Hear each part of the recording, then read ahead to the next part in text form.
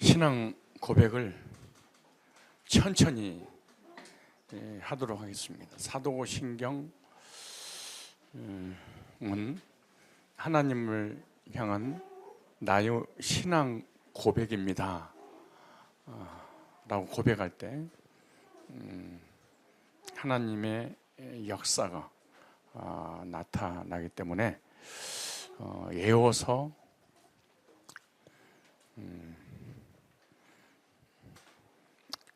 예배 시작을 알리는 종소리로 고백하면 아무 의미가 없어요. 자, 시작. 전능하사 천지를 만드신 하나님 아버지를 내가 믿사오며 그 외아들 우리 주 예수 그리스도를 믿사오니 이는 성령으로 잉태하사 동정녀 마리아에게 나시고 본디오 빌라도에게 고난을 받으사 십자가에 못 박혀 죽으시고 장사한 지 사흘 만에 죽은 자 가운데서 다시 살아나시며 하늘에 오르사 전능하신 하나님 우편에 앉아 계시다가 저리로서 산자와 죽은 자를 심판하러 오시리라. 성령을 믿사오며 거룩한 교회와 성도가 서로 교제하는 것과 죄를 사하여 주시는 것과 몸이 다시 사는 것과 영원히 사는 것을 믿사옵나이다. 아멘. 예, 하나님 말씀 창세기 1장 1절부터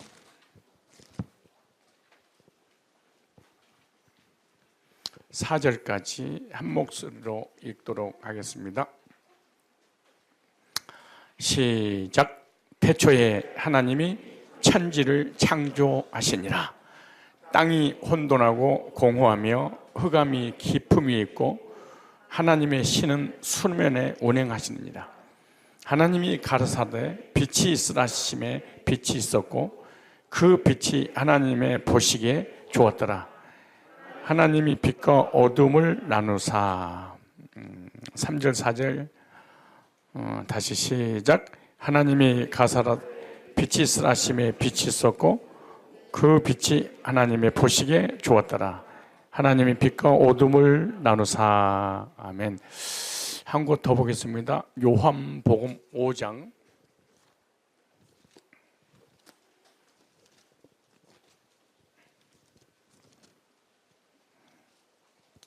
39절 말씀입니다. 자, 한 목소리로 다시 읽겠습니다. 자, 시작. 너희가 성경에서 영생을 얻는 줄 생각하고 성경을 상고하거니와 이 성경이 곧 내게 대하여 증거하는 것이라. 우리가 창세기를 읽고 난 다음에 요한복음을 읽었는데 요한복음은 신약 성경이고 창세기는 구약 성경입니다. 구약 성경은 예수님이 오시기 전에 기록된 것이고 신약은 예수님 오시고 난 이후에 기록된 것인데 예수님이 오셔서 요한복음 5장 39절 이하의 말씀을 선포하면서 모세가 창세기를 기록했는데 창세기에 있는 모든 내용은 나에 대해서 모세가 기록한 거야 이렇게 말씀을 했습니다. 너희들이 예수 믿고 죄산 받고 구원받아서 하나님의 자녀가 되어 영생을 얻지 못한 이유는 모세가 기록한 창세기 1장 1절로 4절에 관한 내용이 나에 관한 내용이었는데 나를 찾지 못하고 문자적으로 글만 외워서 전하는 이런 바리새인이 되어버리기 때문에 이 창세기 1장 1절로 4절을 통하여 하나님이 누군지 네가 어떤 존재인지 그리고 예수님이 누구신지 우리를 어떻게 구원하셨는지 구속사의 역사, 구속의 역사, 성삼위 하나님에 대해서 전혀 깨닫지 못하기 때문에 너희들이 구원받지 못하고 영생을 얻지 못해서 결국 멸망받고 저주받은 거야. 또 저주받을 거야. 라고 하신 말씀 오늘 우리들에게 동일하게 선포하신 말씀이다 이렇게 생각하시면 돼요. 왜냐하면 자, 그 다음을 잘 읽어보셔야 됩니다. 왜 이 말씀을 강조하냐 그러면 다른 교회에서 신앙생활하다 온 청년들 같은 경우에는 늘 이렇게 머릿속에 인식되기를 구약에는 성부시대, 신약에는 성자시대, 말세에는 성령시대, 구약에는 율법시대, 신약에는 예수님시대, 말세시대는 계시록시대, 구약에는 성부 하나님을 믿고 신약에는 오신 예수님을 믿고 말세에는 성령의 나타난 성령께서 주신 은사를 통해서 그 은사를 경험해야지 구원받는다 이렇게 생각하고 있는 사람들 이단인뿐만 아니라 기성교인들이 너무 많아 이게. 그런데 성경에서는 예수님 뭐라고 말씀하시냐 그러면 구약도 예수님 얘기고 신약도 예수님 얘기고 말세도 예수님 얘기고 다 예수 얘기야. 하나님의 형상을 따라 지음받은 하나님 백성들이 선악과를 따먹고 하나님을 떠나 죄 가운데 빠져있는 그 인간은 그 죄 문제를 해결한 유일한 길은 하나님이 아니고 성령님도 아니고 우리 인간의 행위도 아니고 오직 예수님 외에는 구원의 길이 없어. 예수님이 그렇게 말씀하시는 거예요. 그러면서 그 다음 읽으시면 좀 도움이 될 거예요. 자, 이제 40절을 읽으시면 39절은 지금 창세기 1장을 얘기하는 거예요. 자, 그 다음에 40절 보시자. 그러나 너희가 영생을 얻기 위하여 내게 오기를 원하지 아니하였도다. 영생을 얻으려면 영생의 주체가 되신 예수님을 영접해야 되는데 너희가 예수님을 영접하지 않는 거 보니까 나를 영접하지 않는 거 보니까 영생에 대한 관심이 없구나 이렇게 말하는 거예요.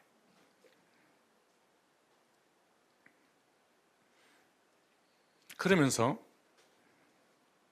41절에 나는 사람에게 영광을 취하지 아니하노라 다만 하나님을 사랑하는 것이 너희 속에 없음을 알았습니다. 그랬어요. 예수님에 대한 관심이 없고 복음에 대한 반응이 없는 사람을 향해서 하나님 그런 거예요. 나는 내 아버지의 이름으로 왔음에 그래. 스스로 온 게 아니고 하나님께서 보내서 왔음에 너희가 영접지 않냐나 만일 다른 사람이 자기 이름으로 오면 영접하리라. 너희가 서로 영광을 취하고 유일하신 하나님께로도 영광을 구하지 아니하니 어찌 나를 믿을 수 있느냐. 45절 시작. 내가 너희를 아버지께 고소할까 생각지 말라. 너희를 고소하는 이가 있으니 곧 너희의 바라는 자 모세니라.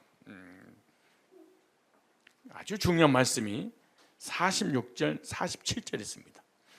여러분들 구원의 확신을 갖지 못하고 평생 동안 방황하다가 멸망당할 수밖에 없는 이유는 46절 47절 때문입니다. 시작. 모세를 믿었다면 또 나를 믿었으리니 이는 그가 내게 대하여 기록하였느니라. 와, 모세가 내게 대하여 예수님에 대하여 기록했느니라. 하나님을 떠나 범죄한 우리 인간의 죄 문제를 해결하는 유일한 길은 예수님밖에 없는데 예수님 외에는 구원자가 없다고 창세기 1장 1절로 4절에 모세가 직접 예수님에 대해서 기록해놨어. 그런데 47절 그러나 그의 글도 믿지 아니하거든. 창세기 1장 1절로 4절 창세기, 출애굽기, 레위기, 민수기, 신명기, 모세, 오경 모두가 다 예수님에 관한 이야기인데 구속사의 이야기인데 하나님이 나를 사랑하셔서 택하시고 택함 받은 백성이 하나님을 떠나 죄가 들어오자 예수님의 구속을 통하여 성령 임치심 받아 구원받은 이 구속사 이야기인데 그의 글도 믿지 아니 글 속에 구속사를 다 넣어놨는데 어찌 내 말을 믿겠느냐 하시니라. 너희들이 성경도 안 믿는데 어떻게 예수가 믿어져? 예수를 안 믿는데 어떻게 영생을 얻어? 지금 이 말씀을 읽어드린 것은 지금 목사님 이야기예요? 성경에 기록된 예수님의 말씀을 지금 전하는 거예요? 내 얘기가 아니에요.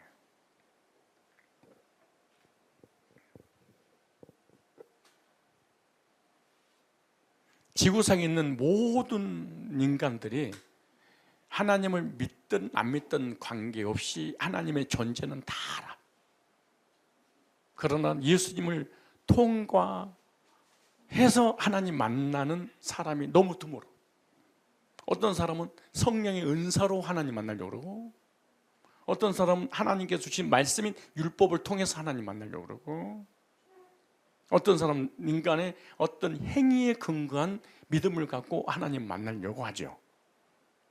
처음부터 끝까지 알파와 오메가가 되신 예수님의 구속의 은혜로 하나님 만나려고 하는 사람이 너무나 드문 거예요. 그때나 지금이나.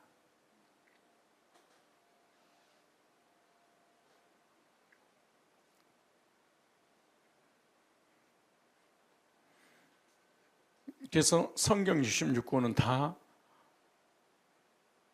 나를 향한 하나님의 사랑 이야기입니다. 나를 향한 하나님의 사랑이 어떻게 나타났느냐? 창조를 통하여. 어떻게 나타났느냐? 예수님의 구속을 통해서. 어떻게 나타났냐? 성경에 다 기록해 놓고. 그건 하나님의 사랑의 편지. 인류를 향한 사랑이 아니고 내 개인을 향한 하나님과 일대일의 관계 속의 사랑 이야기다. 그런 얘기. 성경에 율법이 있어요. 성경에 도덕도 있어요. 성경에 윤리도 있어요. 성경에 효도 있어요. 성경에 삶도 있어요. 그러나 가장 핵심이 뭐냐? 예수님 구속의 이야기. 오늘 이 시간에 말씀을 듣는 모두에게 하나님의 사랑과 예수님의 구속의 은혜가 개인적으로 하나님과 일대일의 관계 속에서 충만하게 임하시기 바랍니다. 제가 처음에 하나님은 어떤 분이신가? 하나님 어떻게 우리가 알 수 있는 것인가? 하나님이 자기 계시 창조, 하나님이 자기 계시 예수님을 통하여 하나님을 우리에게 보여주셨다. 이렇게 말씀드렸어요. 근데 그래서 맨 처음에는 제가 창조론, 하나님에 대하여 신론, 그 다음에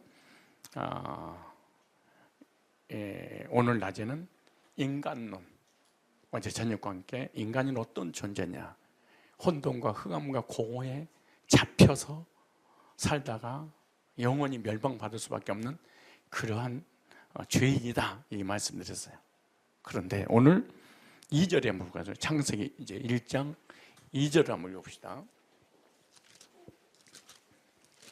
창세기 1장 2절에 땅이, 잘 보세요. 여기 보면은 구속의 역사라는 말씀은, 역사는 하나님의 이 히스토리, 구속의 이야기인데 무슨 이야기냐? 구속의 이야기예요.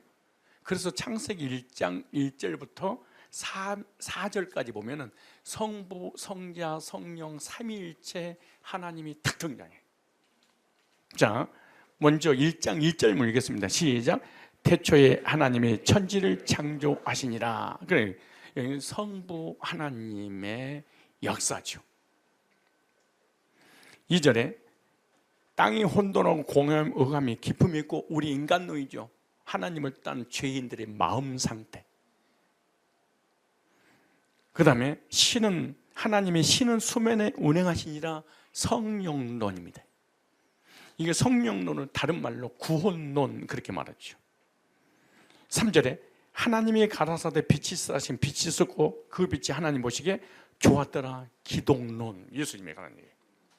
그러니까 성부, 성자, 성령, 삼위일체 하나님의 나를 향한 구속의 역사에 대해서 모세가 이미 여기다 기록해놨다. 내 성부, 성자, 성령, 삼위일체 하나님의 이야기야. 왜? 나 한 명을 구원시키려고. 그리고 우주의 중심은 땅이고 땅의 중심은 나야. 그래서 주인공이 난 거예요. 그래서 1절부터 4절까지 이미 성부 하나님, 성자 예수님, 성령 하나님, 삼위일체 하나님이 딱 등장해요. 왜냐? 왜 성삼위 하나님의 구속의 역사가 필요한 것이냐? 2절에 땅의 상태입니다. 땅이 혼돈하고 공허하며 흑암에 깊이 있고, 우리 인간의 마음의 상태입니다. 우리 인간의 영적인 상태입니다. 우리 인간의 삶의 상태입니다. 이걸 성경 창세기 1장 2절에다가 딱 기록했어요. 누가? 모세가. 그러니까 모세가 하나님을 떠나 범죄함으로 죄가 들어오고 죄 때문에 저주받고 지옥 가야 될 모세가 예수님을 영접해서 죄산 먹고 구원받고 하나님의 사랑을 깨닫고 난 다음에 하나님의 계시를 받아서 여기다 딱 기록해 놨어요. 그럼 모세가 받은 그 계시는 오늘 나를 향한 하나님의 계시입니다. 이게. 모세가 나를 대신해서 받은 것인데, 모세가 받은 것은 내가 받은 것 똑같이 하나님께서 우리에게 주시는 이 말씀이에요. 그런데 창조주 하나님의 역사로 태초에 하나님 천지를 창조하시니라, 땅이 창조되었지만 여기 보니까 아직 4절에 빛이 없었기 때문에 혼돈과 공허와 흑암의 깊음에 있고 그래요. 빛이 임하기 전 상태, 예수님을 만나기 전 상태, 죄인이 구원받기 전 상태, 하나님의 자녀가 되기 전 상태, 모든 인간은 딱 세 가지 상태에 붙잡혀 있어요. 그래서 이 세 가지 권세는 하나님을 떠난 인간의 영적 상태. 따라서 합시다. 하나님을 떠난 인간의 영적 상태는 혼돈, 공허, 흑암. 그런데 놀라운 사실이 있어요. 저는 이 말씀을 안수집사 세미나 때도 전했어. 그리고 이 말씀을 우리 청년들한테 전하려고 혼자서 묵상을 잠깐 했어. 그런데 나는 2절에 가슴이 뭉클하면서 감동이 왔어. 그 내 의지와 관계없이 눈물이 쭉 흘렀어.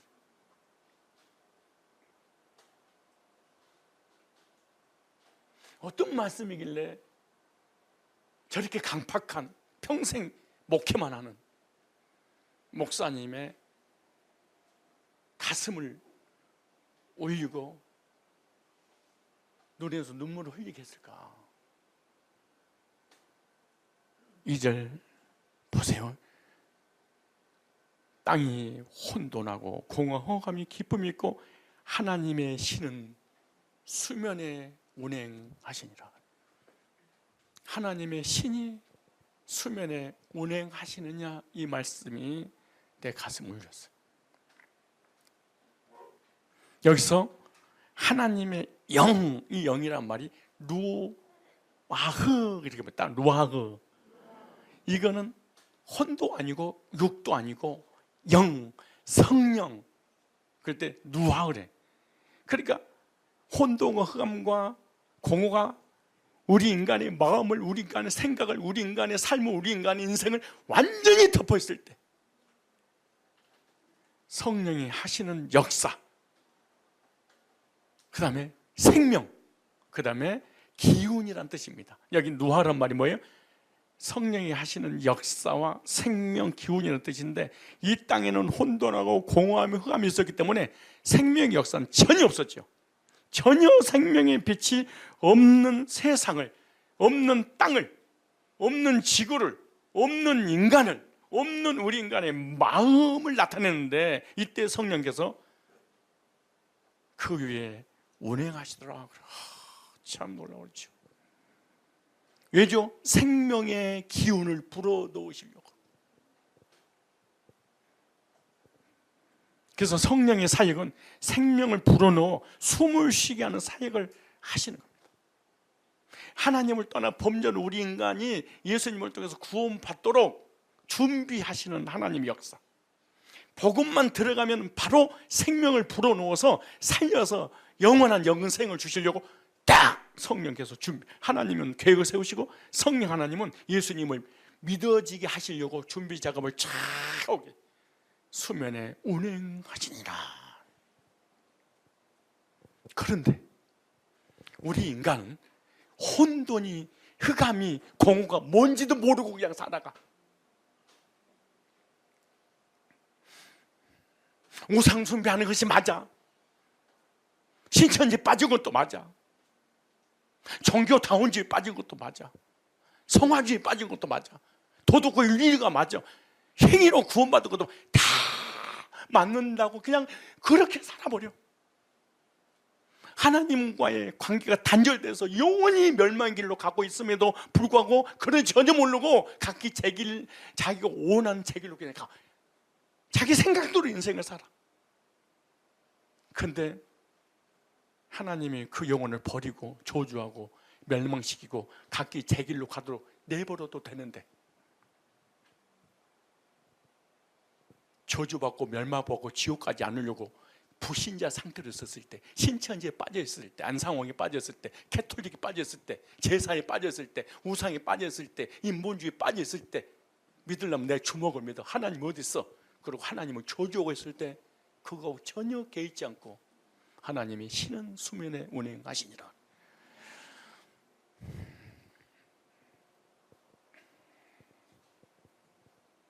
하나님 몰랐을 때도, 계신지 안 계신지 몰라. 내가 어떤 존재인지도 몰라. 어디서 무엇 때문에 어디를 가는지도 몰라. 내가 누군지를 몰라. 하나님은 더욱더 몰라. 그래서 막 하나님 얘기만 하고 예수님 얘기만 하고 박해를 하고 저주를 하고 믿으면 내 주먹을 믿어. 하나님 어디 있어? 이만희가 하나님이고 안상욱이 하나님이고 교황이 하나님이고 정명석이 하나님이고 내가 하나님이지.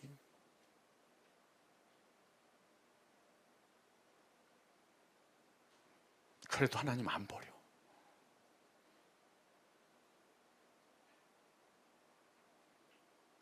우리는 말로 하나님을 향해서 저주 안 하더라도 속으로, 마음으로 얼마나 저주하는지 몰라. 조금만 내 뜻대로 안 이루어지지 않으면, 내 뜻을 이루기 위해서 하나님이라는 존재가 필요한 것이지,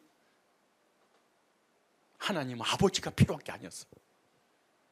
그러니까 생명을 불어넣기 위해서 하나님이신 누아흐는 운행하시니라.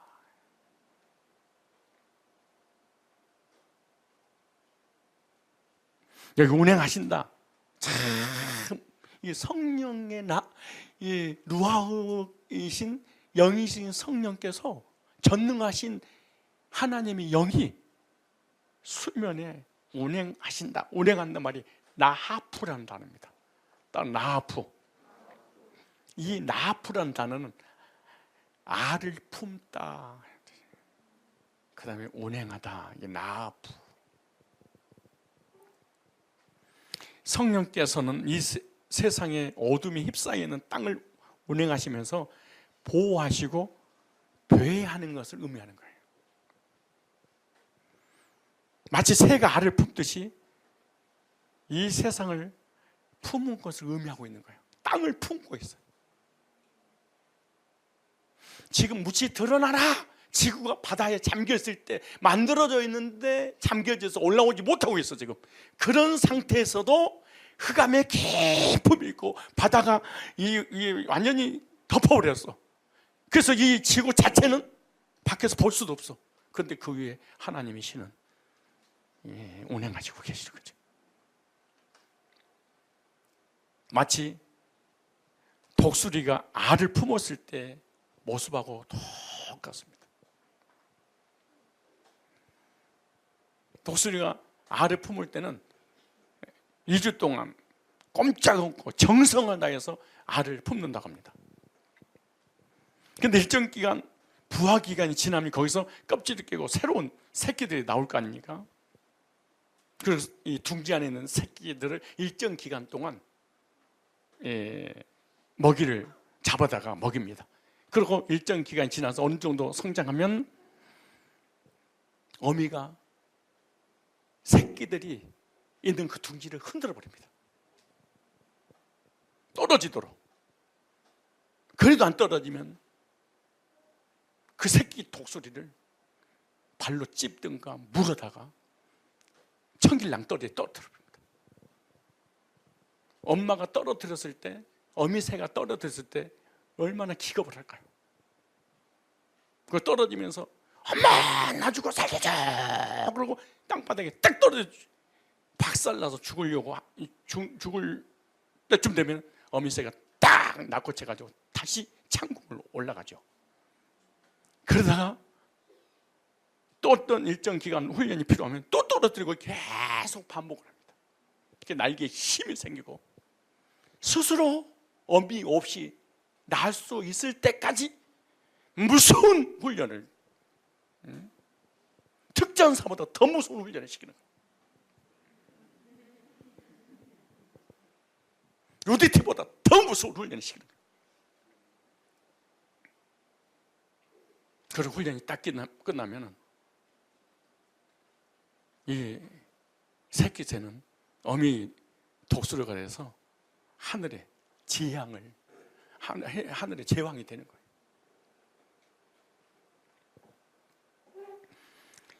독수리가 새끼를 이렇게 양육하는 것처럼 그 말이에요. 신명기 32장 11절에 하나님께서 우리를 예정하시고 택하시고 태어나게 하시고 양육시켜서 천국에까지 갈 수 있도록 그분이 직접 하신다, 이렇게 봐요. 자, 보세요. 신명기 32장 11절 한번 찾아볼까요? 자, 그대로 이 말씀이 나와 있어요. 시작. 마치 독수리가 자기의 보금자리를 어지럽게 하여 자기의 새끼 위에 너풀거리며 그의 날개를 펴서 새끼를 받으며 그의 날개 위에 그것은 없는 것 같이, 독수리가 자기의 보금자리를 어지럽게 하며 자기의 새끼 위에 너풀거리며 그의 날개를 펴서 새끼를 받고 독수리 날개 위에 새끼를 없는다고 말씀하고 있잖아요. 여기서 너풀거리며 이 단어가 똑같습니다. 나아프, 같은 단어를 썼어요. 꼭 이렇게 하나님 우리를 훈련시켜서 천국을 인도하신다는 거. 어떻게 해서라도 하늘나라 예정된 하나님의 백성은 하나님이 스스로 책임지고 천국까지 갈 수 있도록 하나님이 하신다는 거잖아요. 그래서 독수리가 자신의 새끼를 보호하고 양육하여 잘 성장할 수 있도록 도와준 것 같이. 근데 독수리 자기 의지가 없어. 엄마가 왜 이런지도 몰라. 지금 알 속에 자기가 있는지도 몰라. 얼마나 자랐는지도 몰라. 엄마만 알아. 어미새만 알아. 자기가 착한지 죄를 졌는지 좋은 놈이 나쁜 놈인지 몰라. 이 아이는, 이 새끼는 몰라. 마찬가지예요. 신명기 이 나아프라는 단어 썼을 때 이스라엘 백성들은 하나님을 떠나는 우상숭배하고 타락했던 죄인들이었어. 그래서 이런 죄인들 향해 성경이 뭘 패역한 백성들아 그래. 그 패역한 이스라엘 백성 죄를 참아가면서 여러분 자녀들이 성장해서 결혼해서 아이를 낳고 스스로의 인생을 스스로의 삶을 살아갈 때까지 부모가 동훈이를 얼마나 참은 줄 알아?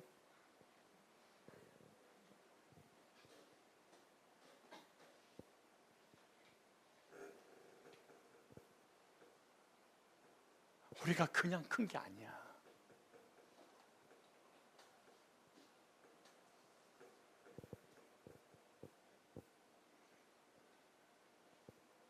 네가 스스로 엄마 뱃속에서 생기고 싶어 생기고 태어나고 싶어 태어나고 크고 싶어서 그런 게 아니야.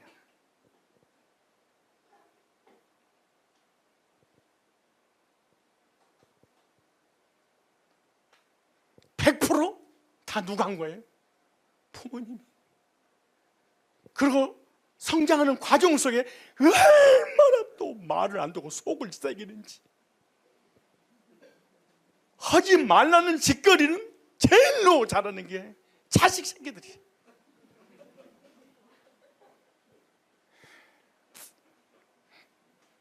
뭐 하나만 안 들어주면 부모님은 나한테 해줄 게 뭐가 있어요? 뭐가 있어요? 뭐가 있어요?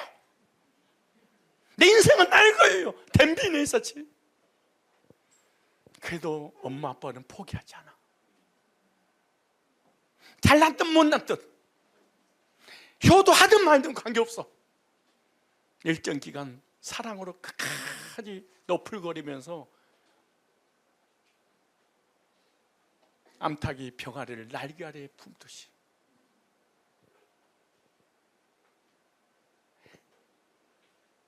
누가 어린이집 가고 싶고 유치원 가고 싶고 누가 초등학교, 중학교, 고등학교 가고 싶겠어?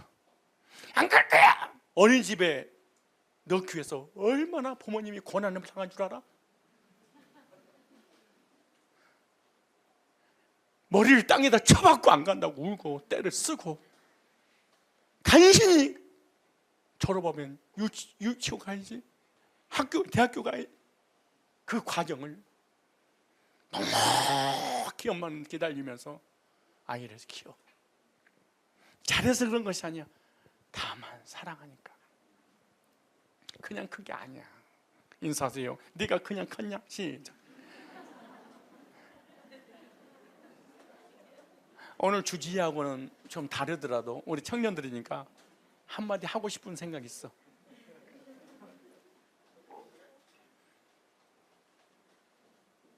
엄마 아빠가 태어나서 여기까지 성장시켰고 1살, 2살, 3살, 4살, 5살까지 똥오줌 엄마 아빠가 다 받아줬잖아. 근데 엄마가 나이 먹으면서 똥오줌을 쌀 때가 있어. 이제 네가 받아줘야지. 네, 목사님이 오늘 재미난 이야기를 했어.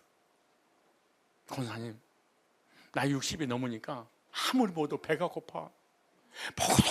먹어도 배가 고파. 왜요? 3가지 이유 때문이야.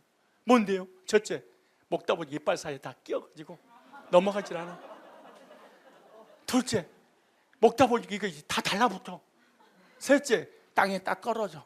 그래 배로 들어가는 게 없어. 너희들이 그랬어.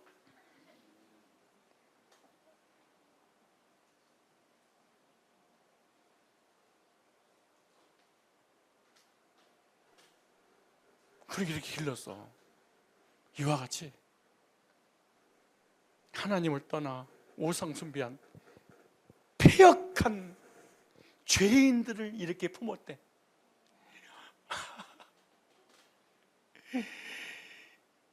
창조주를 섬기고 예수님 믿고 하나님의 자녀로서 하나님 자녀답게 믿음이 너무너무 좋아서 하나님이 이렇게 품은 게 아니고 강박하고 폐역하고 완악하고 불신자들보다 더 악한 너희들 그럼에도 불구하고 이유도 묻지도 따지지 않고. 왜요? 사랑하니까. 이게 너풀거리며 이 단어가 나쁩니다. 독수리가 자신의 새끼를 보호하고 양육을 잘 성장하도록 끝까지 도와주는 것처럼 폐역한 이스라엘 백성들의 죄를 참아가면서 광야를 지나 가나안 땅으로 가게 했어.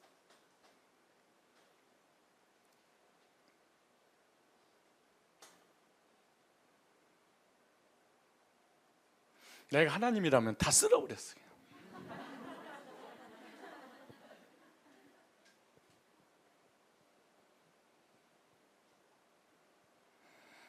그게 32장 11절입니다. 독수리가 알을 낳고 품고 훈련시켜서 하늘의 제왕이 되게 하는 것 같이 우리를 사랑하셔서 애정하시고 택하시고 때가 돼서 세상에 보내시고 일정 기간 보호하시고 또 훈련시켜서 하늘나라까지 가게 하신 하나님의 역사다, 그 말이죠. 내가 다 한 거야.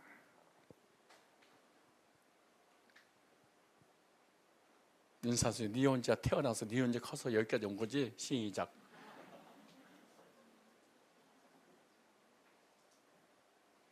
목사님, 구원이 뭐예요?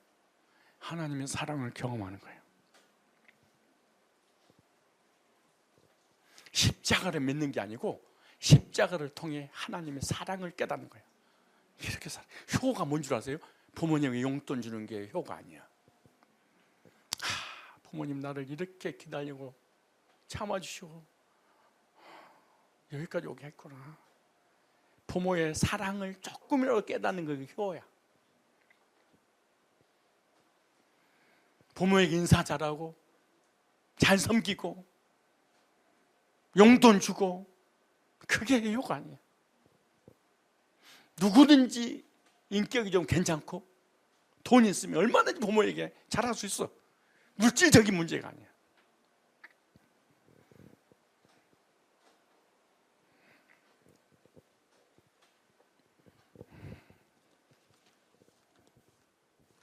신명기 8장을 봅시다.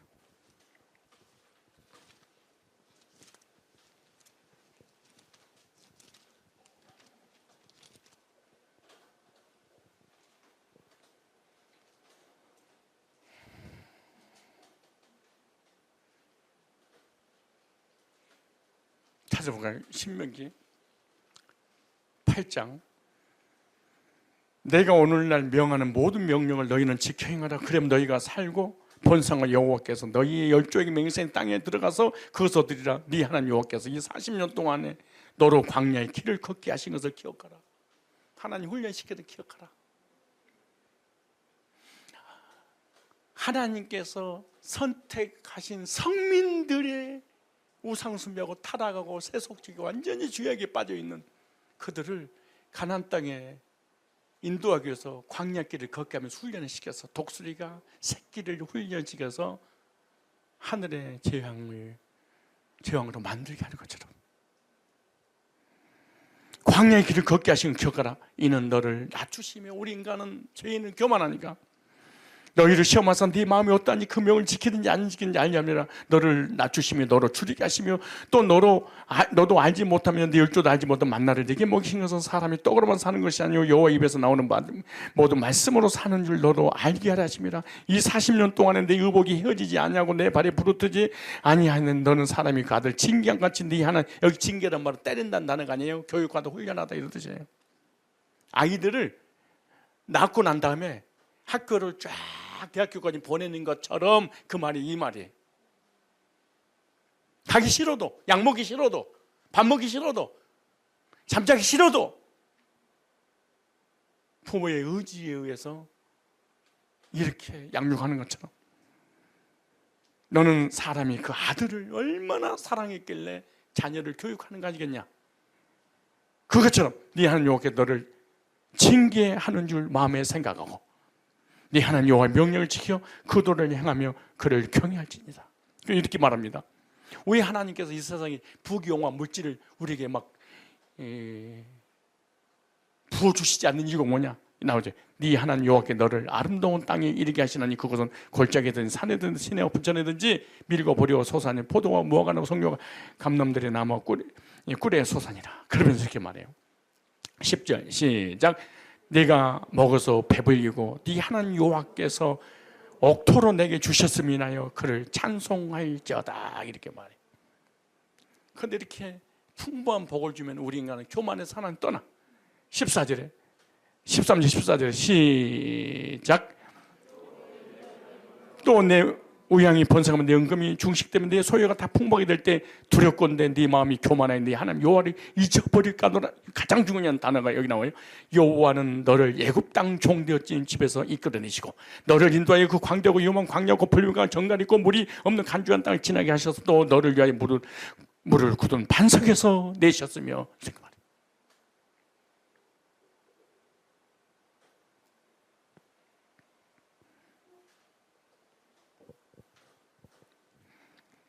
그러므로 창조의 핵심 가치가 뭐냐? 하나님께서 혼돈, 흑암과 공허 속에 있는 우리 인간을 그럼에도 불구하고 사랑하셔서 우리를 구원하시는 하나님의 사랑의 속성을 창세기 1장 1절, 2절, 3절, 4절에다가 기록했어. 창조의 핵심 가치, 구원의 핵심 가치, 사람을 사랑하셔서 구원하신 십자가 사랑이에요. 의인을 사랑한 게 아니에요.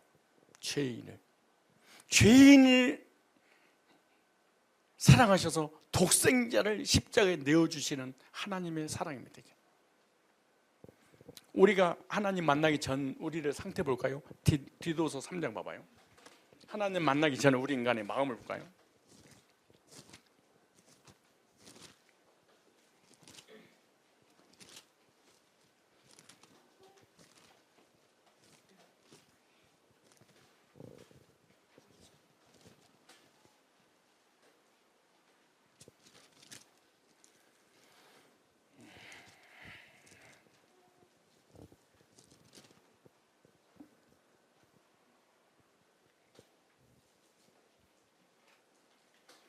삼장 3절.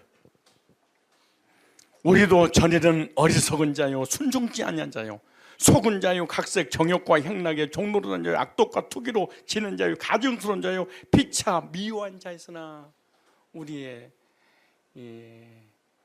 마음 속에서 행동으로 옮겨지는 이 죄악 덩어리입니다. 그런데 보세요.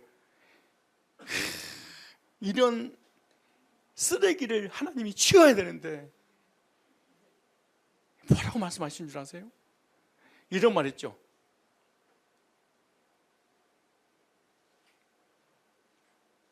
무자식이 상팔자라. 얼마나 자식들 속썩이면 없었으면 자식 때문에 고통받다가 떠나. 그러니까 자기 인생이 없어. 부모는 전부가 다 자식의 인생을 대신 사는 거예요. 부모가 부모를 위해서 사는 인생이 누가 있어? 몇 명이나 돼?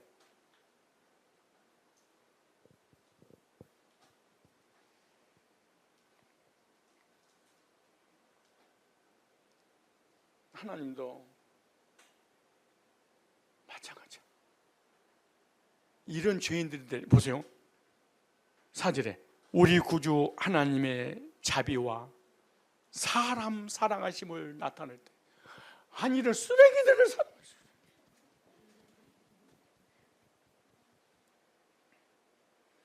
하나님은 신기한 취미를 가지고 있어요. 고물상 사장님이세요.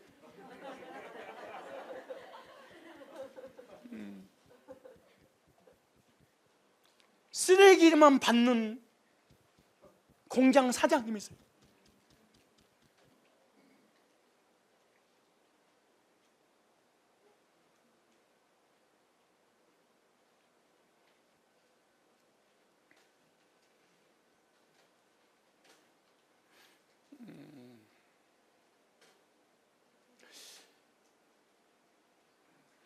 오절에 우리를 구원하시되. 구원의 방법이, 구원의 원리가 여기서 나와요. 우리의 행한 바 의로 행위로 말미암지 아니하고 오직 그의 긍휼하심을 쫓아 중생의 씻음과 성령의 새롭게 하심으로 하셨나니. 성령께서 이러한 마음의 혼돈과 흑암과 공허에 있는 우리 인간들을 하나님의 영 성령께서 너풀거리시면서 작업을 하고 계시는 거예요. 구원받도록 철저하게 지키시고 보호하시고 인도하고 계시는 거예요. 이 만인을 하나님으로 재림주로 이긴 자로 구원자로 믿고 있는데도 불구하고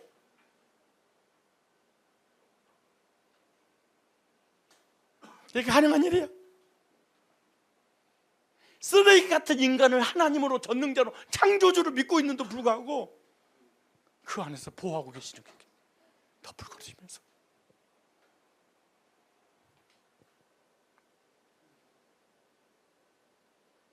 5절 시작.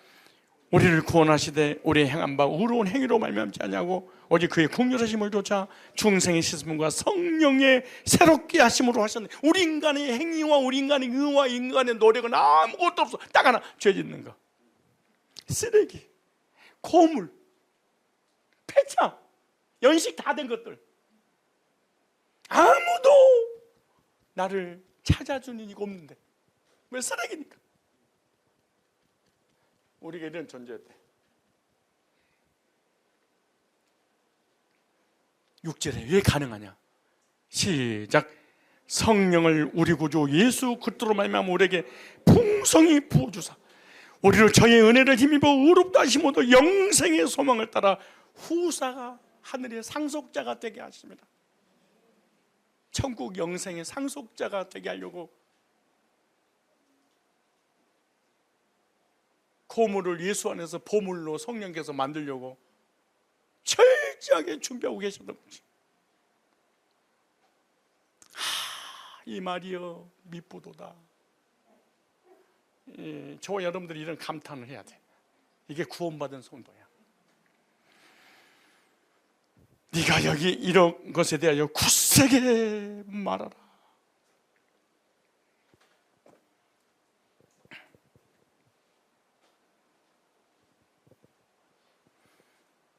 하나님께서 우리를 사랑하셔서 택하시고 섭리 가운데 세상에 보내셔서 대한민국에서 누구 부모의 밑에서 태어나게 하시고 일정 기간에 다 살게 하시고 그 사는 과정 속에 기가 막힌 죄와 저주 가운데 있음에도 불구하고 단 한 번도 주님은 나에 대해서 포기하지 않으시고 내 죄 문제를 처리해 주기 위해서 하나님이 사람의 몸을 입고 이 땅에 오셔서 우리 구원하시고 영원한 생명을 주셨어. 그러므로 창조의 그림 속에 하나님의 사랑의 속성을 통한 구원을 넣으신 거야. 다시 창조의 그림 속에 현상적으로는 창조야. 물질 창조야. 그런데 그 속에 하나님이 죄인을 향한 하나님의 속성을 통해서 우리를 구원하실 하나님의 의도를 쫙 걷어 넣어놨어. 창세기는 하나님의 사랑 이야기야. 어떻게 표현될까요? 구속으로. 어떻게 믿어지게가요? 성령의 인치심으로. 그래서 창조의 가치, 구원의 가치는 뭐냐? 하나님의 사랑이야. 그리스도인들에게 가장 중요한 게 있어요. 그리스도인, 하나님의 사랑과 예수님의 구속으로 거듭나서 하나님의 자녀를 향해서 그리스도인, 그래요? 그리스도인이 됐다면 가장 중요한 핵심 가치가 뭐냐? 정체성입니다. 아이덴티티. 내가 누구냐? 왜 우울증 걸린 줄 아세요? 왜 세상에 재미가 없는 줄 아세요? 왜 여러분 얼굴이 기가 막히게 죽 때린 줄 아세요? 죽 때려 못해 골 때린 줄 아세요? 왜 교회가 장례식인 줄 아세요? 아이덴티티. 나의 가치. 내가 누구냐? 내가 어떤 존재냐? 이걸 아는 이 같으므로. 말씀을 듣고 있는 여러분들의 얼굴을 봐도 기가 막힐 일이야. 얼마나 귀하냐? 천하를 주고도 바꿀 수 없는 존재를 우리를. 여러분 부모한테 얘기해봐. 엄마, 아빠, 동훈아, 끝나고 엄마한테 얘기해봐. 엄마, 이 지구하고 나하고 바꾼다면 바꿀 거야? 물어봐 임마.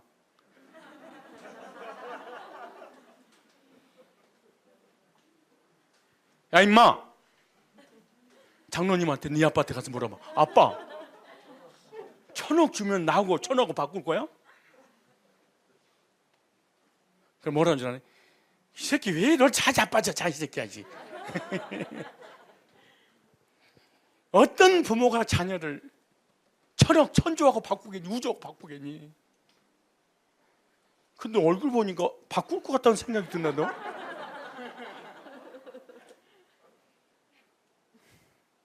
자기 자녀가 날 때부터 장애자에도 안 바꿔.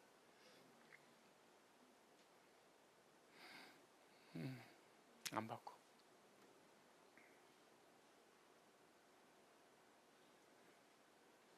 세상 말로 문제하러 태어나도 안 바꿔. 문제가 생겼다. 부모님의 생명을 주어서라도 자식을 살려. 죄인이 우리 인간도 이래. 그 부모의 사랑을 안다면은 나의 정체성, 나의 존재, 나의 가치를 높이 평가해야 돼. 야, 나 그래서 너 이렇게 부르잖아. 당신은 사랑받기 위해 태어 받고 산다며. 지금도 받고 있다며.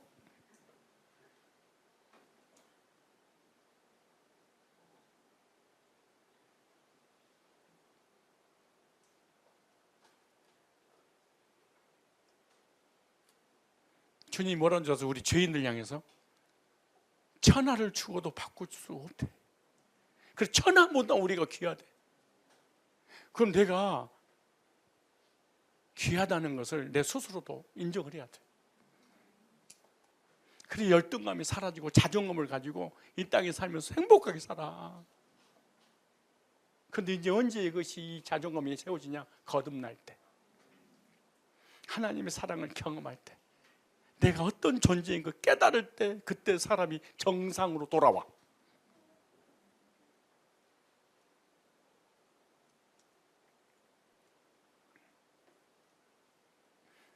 이런 말씀들을 여러분 눌러보니까 그랬어.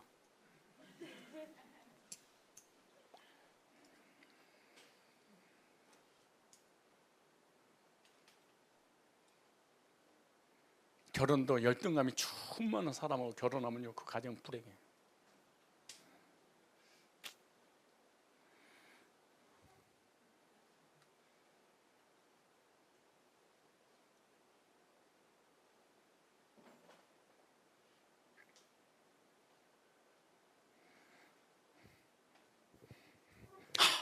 나는 사랑받는 존재구나.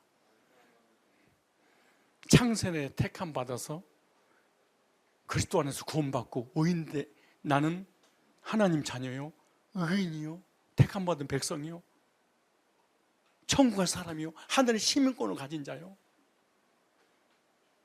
이 우주를 나 때문에 하나님께서 창조하셨고 운행하시고 지금도 인도하고 계시는구나. 내가 그런 존재구나. 그래서 이럴 때 사람이 정상적으로 살아갑니다.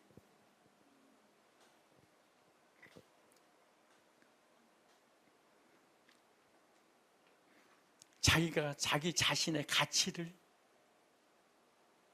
공주병, 왕자병이 걸렸을 때 자존감이 높아지는 거예요.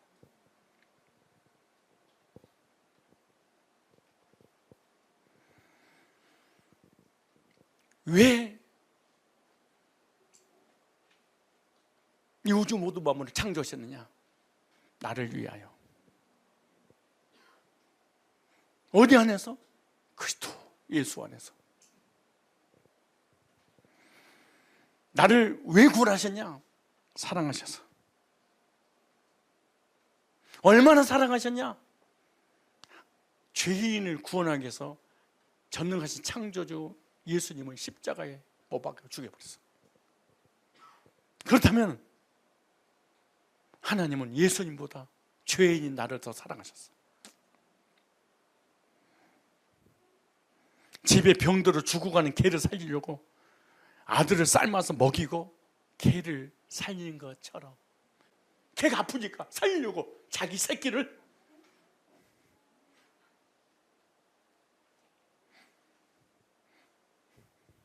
잡아가지고 삶아가지고 미움 만들어서 개한테 먹여서 살렸어.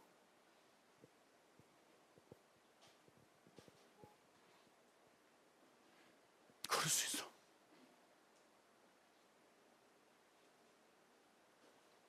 그런데 전능하신 창조주가 자기가 만든 피조물인 개만도 못한 피조물을 구원하려고 독생자 예수님을 삶아버렸어. 갈기가게 찢어버렸어. 그리고 우리를 구원한 거예요.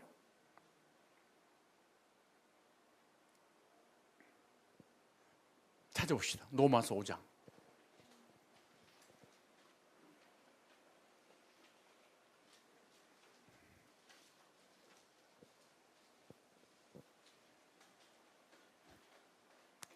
(6절) 내 보면 예수님께서 우리를 사랑하셔서 경건치 않는 자를 위해서 죽으셨도다. 로마서 5장 8절에 우리가 아직 죄인 되었을 때 그리스도께서 위하여 죽으심으로, 죄인이었을 때, 죄인 되었을 때, 이 말은 온죄와 자범죄에 빠져서 하나님이 계신지 안 계신지, 즉 혼동, 흑암과 공허 속에 있었을 때 우리 심령이 그리스도께서 우리를 위하여, 죄인을 위하여 죽으심으로, 혼돈과 흑암과 공허 속에 빠져있는 우리를 위하여 죽으심으로 하나님이 자기의 사랑을 확증시켰느니라. 하나님의 사랑은 십자가로 표현했어. 하나님의 사랑인지 어떤 분인지 몰라. 어떻게 알았냐? 피조물을 위해서 아들을 삶아버렸어. 누구를 살리려고? 피조물을 살리려고.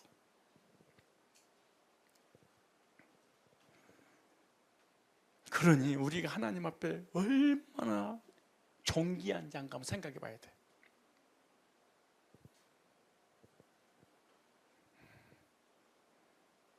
하나님 백성들이 하나님을 떠나서 타락하니까 버려도 되는데 버리지 않고, 자녀들이 속을 쌤은 속상하니까 버릴 수 있잖아요.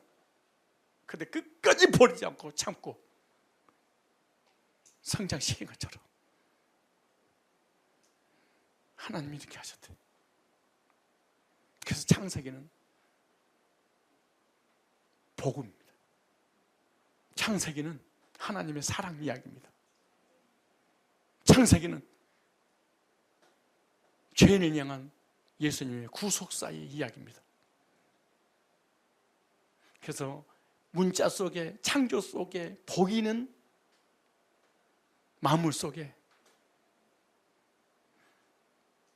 하나님의 사랑과 예수님의 구속을 통한 우리를 구원하시겠다는 구속사를 감추어놨어.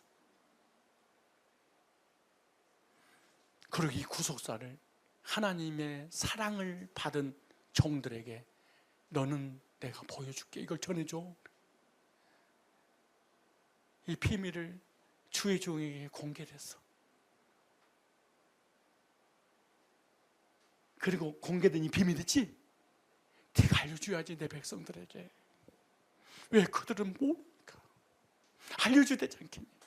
그러므로 하나님의 사랑을 경험하지 못한 목회자는 창세기가 문자만 보이고 물질적 창조만 보이지, 물질적 창조 속에 하나님의 구속사를 숨겨놓고 감춰놓던 것이 안 보여. 그래서 이들이 모세를 믿었다면 나를 믿었어. 모세가 나에 대해서 기록했는데 나를 통하여 죄산 보고 영생을 주려고 창세기를 기록한 거야. 그 너희는 문자 속에 파묻혀서, 창조 속에 파묻혀서 나를 찾아내지 못했어. 그래서 너희들 영생 얻지 못하고 멸망당한 거 아니겠냐, 이렇게 말하더라.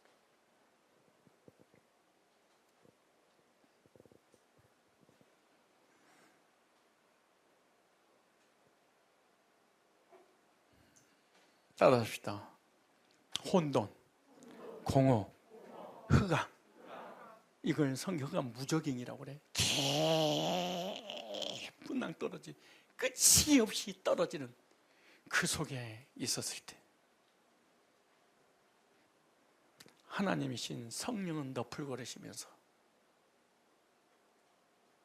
죄와 저주와 사망과 지옥의 권세를 사로잡혔을 때 하나님은 포기하고 버리지 않으시고 너풀거리시면서 보호하고 양육하고 인도하고 계셨어. 그리고는 성령의 만져주심의 역사 속에 인도하시다가 결정적으로 그 다음에 3절에 빛이 예수를 만나게 준 거예요. 3절 보세요. 성자 하나님의 구속 역사, 기독론이 탁 등장합니다. 여기서. 창세기 1장 3절에 시작. 하나님이 이르시되 빛이 있으라시매 빛이 있었고, 성부 하나님께서는 빛이 있으라시니 빛이 이 땅에 혼돈과 흑암과 고온 속에 빛이 빛이, 여기서 빛이 있으라 말씀하셨어요. 창조주의 말씀이 빛이 있으라 하심에 빛이 있었고 하나님 보시기엔 좋았는데 이 빛이 있으라 할 때 이 빛은 하야라는 히브리어입니다. 하야. 임하다, 성취하다, 이루다, 얻다 이런 뜻이에요. 혼돈, 공허, 흑암의 깊음에 있는 이 땅에 하나님께서 빛이 임하라고 말씀하시는 이 말씀이 선포됐죠. 이렇게 흑암이 있는 세상에 문법에 보면 빛이 임하기를 소원하셨대. 마치 자녀가 아프면은 엄마 내가 너무 아파 힘들어 그랬을 때 그래 빨리 고쳐달라고 울고 있을 때 나는 네가 건강하기를 너보다 내가 더 원해 이런 것처럼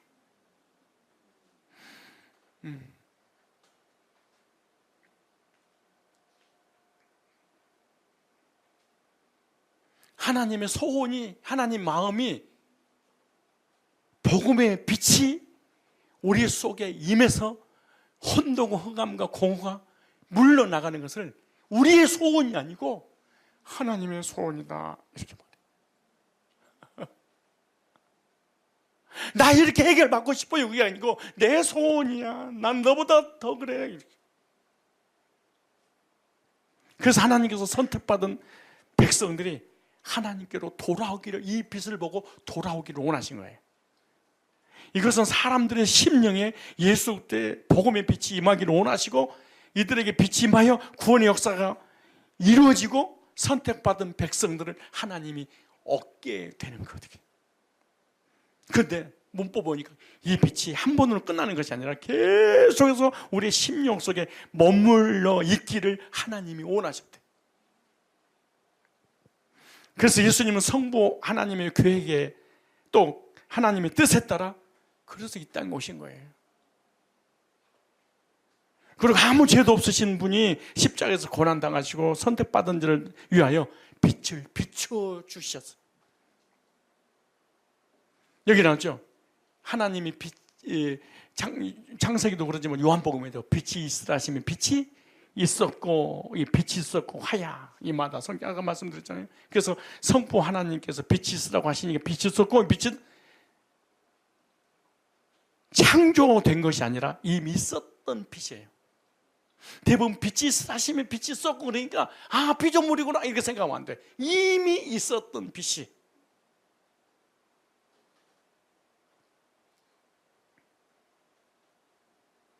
이미 영원 전에 성부, 성자, 성령, 삼위일체 하나님과 함께 성자 예수님의 복음의 빛이 이미 있었는데 비춰라. 혼동하면 공허 속에 있는 이 내 잃어버린 내 백성들을 그쪽에 하나님께로 다시 돌아오게 하려면은 그들에게 빛 방향을 제시해줘라. 이 빛을 따라오도록 해라. 그래서 그 빛을 보내시는데 그 예수님이 있으라 그러니까 마치 하나님께서 예수님을 피조물로 만드신 것처럼 하는데 그렇지 않습니다. 이미 있었던 빛. 피조물의 빛 아니에요. 태양 이런 빛이 아니에요.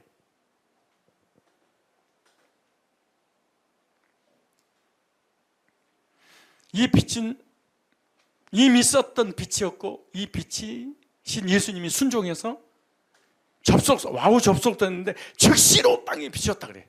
말씀하시자마자. 그리고 미알립니다. 계속해서 땅에 빛을 비춤으로 생명들이 살아나게 되었다 이렇게. 저는 이 빛이 땅에 비추지 않았는데 성부 하나님의 뜻에 따라 이 세상의 빛을 비추게 된 것이죠. 이것은 하나님께서 계획하신 일이 성취된 거예요. 창세기 이 빛이 있으라실 때 이 에베소서 1장 4절에 영원초부터 계획된 것이 예수님을 통해서 이루어진 거죠. 이 빛이 비춰짐으로 선택받은 하나님의 백성들이 이 빛을 받고 하나님께 돌아오게 됐다. 바로 이 빛은 예수 그리스도를 나타내는 빛입니다. 이 빛은 죄인에게 비춰지는 생명의 빛이요, 영생의 빛이요, 구원의 빛이요, 하나님을 알게 하는 빛입니다. 이 빛이 현재 흑암에 쌓여있는 심령들에게 비춰주는 거예요. 마음의 공허에 허무한 인생을 살고 있는 자들에게 비춰주는 빛이에요. 이 빛이 들어가면 마음이 공허하거나 헛된 생각을 가지고 있는 자들의 심령이 기쁨과 즐거움과 소망으로 바뀌게 하는 빛이에요. 그런데 이 빛은 아무나 받아들일 수 없다는 거예요. 비춰주는 자에게만 이 빛이 임하게 되는 거죠. 그리고 이 빛을 받고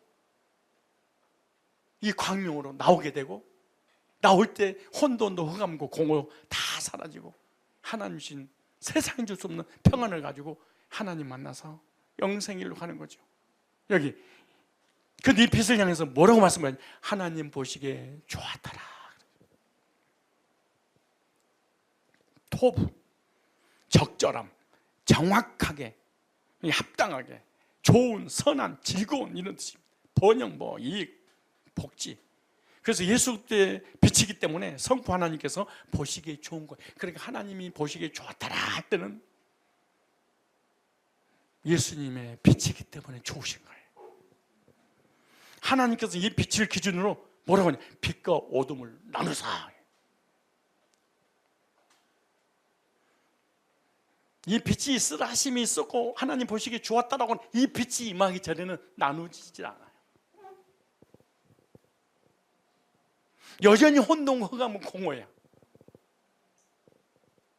낮에도 얘기한 것처럼 율법주의가 맞는지, 성화주의가 맞는지, 신비주의가 맞는지, 신천지가 맞는지, 안상우이가 맞는지, 정명성이 맞는지, 캐톨릭이 맞는지, WC가 맞는지, 감리교가 맞는지, 장로교가 맞는지, 성교가 맞는지, 침례교가 맞는지, 수목가 맞는지, 어떤 종교가 맞는지, 진화론이 맞는지 전혀 우리 인간은 분간은 못해. 왜? 어둠 속에 다 갇혀 있으니까. 어둠 속에 빛이 비치면 환하게 보여. 이와 같이 복음의 빛이 구원론이 딱 전해져서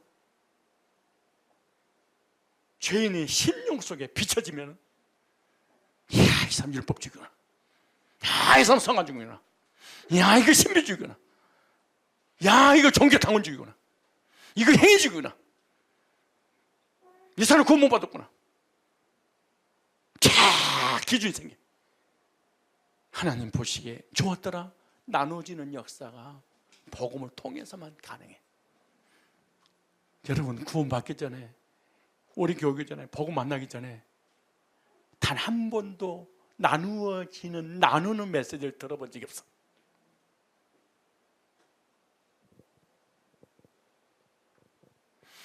누가 이걸 나눠?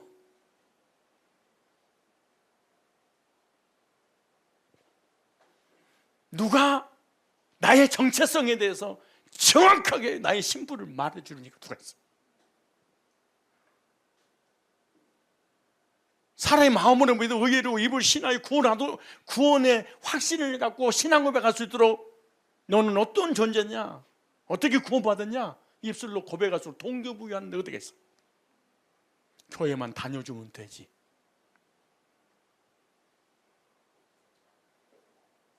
누가 이게 복음의 빛을 비춰서 분별할 수 있는 나눔의 역사를 제시할 수 있는 사람이 세계적으로 몇 프로나 있다겠습니까?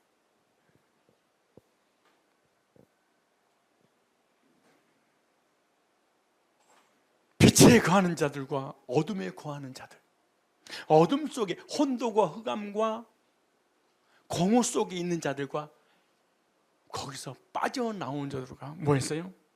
갈랐어. 누가 가르냐? 우리가 가는 게 아니에요. 이 복음의 빛이 갈랐어. 택자와 불택자를 갈랐어.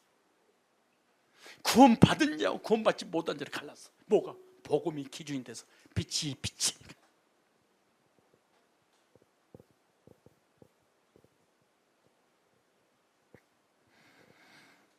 어둠들은 자신들이 빛을 받아들이지 않는 것 같지만 하나님께서 나누었기 때문에 빛을 거부한 거예요.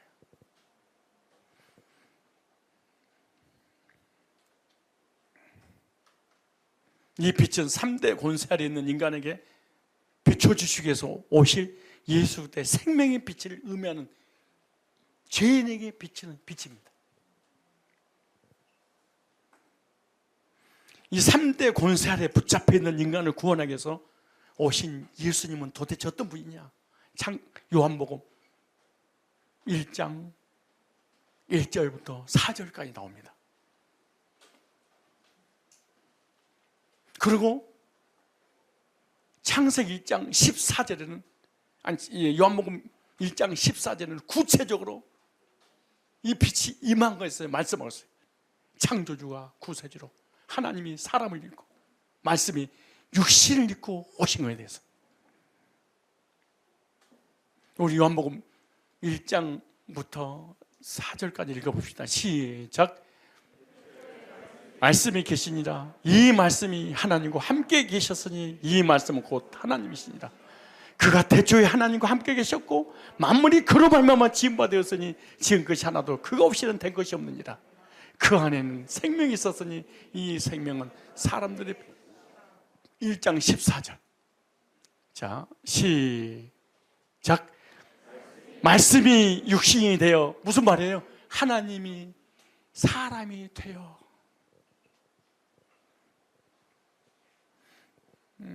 벌레를 구원하기 위해서 벌레가 되어 사람이 보이지 않는 하나님이 보이는 사람으로 우리 인간을 구원한 창조주가 구세주로 말씀이 육신이 되어 우리 가운데 거하심에 우리가 그 영광을 보니 아버지의 독생자의 영광이요 은혜와 진리가 뭐하더라? 충만하더라. 예수님은 창조주요 창조 때 하나님과 함께 있었고 그리고 예수 그 또한에 영원한 생명이 있었습니다. 이 생명은 사람들을 위한 빛이라 이렇게 말해요. 그러니까 이 빛을 통하여 생명을 얻고 영생을 얻게 돼. 그러니까 사람들을 위하여 예수님은 생명의 빛으로 오신 거예요. 이 빛은 생명의 시작이에요. 이 빛을 비추면 생명이 살아 움직이게 되는 거죠. 그래서 빛을 통해서 어둠은 물러가고 생명의 역사가 일어나는 거죠. 그래서 이 빛은 허물과 죄로 죽은 우리 인간을 중생케 하는 빛입니다. 자, 12절 보세요. 12절.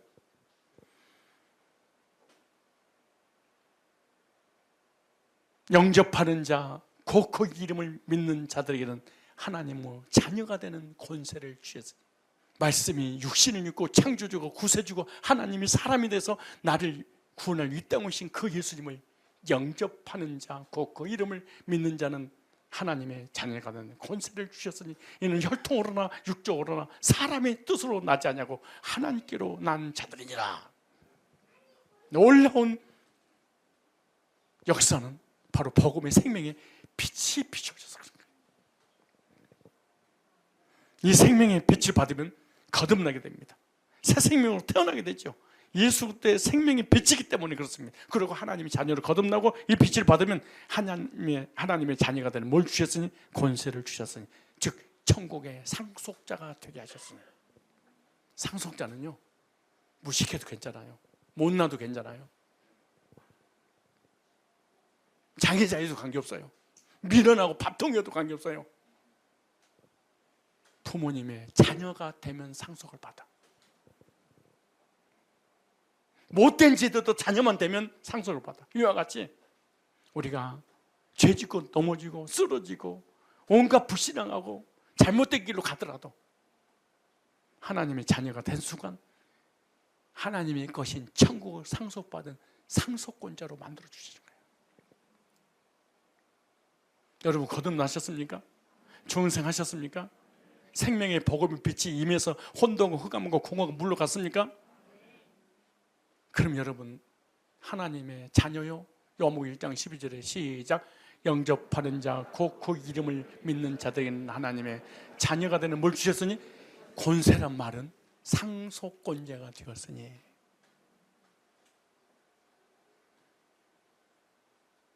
로마서 8장 14절로 17절에 보면 그냥 상속자가 아니야. 예수님과 함께한 공동 상속자래. 자녀임은 후사 곧 하나님의 후사요. 아들과 함께한 후사니 예수님과 나와 공동으로 천국을 상속받을 상속권자로 세워주신 거예요.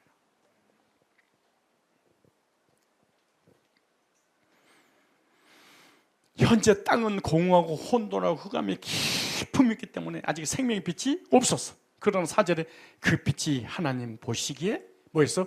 좋았더라. 빛과 어둠을 나누사.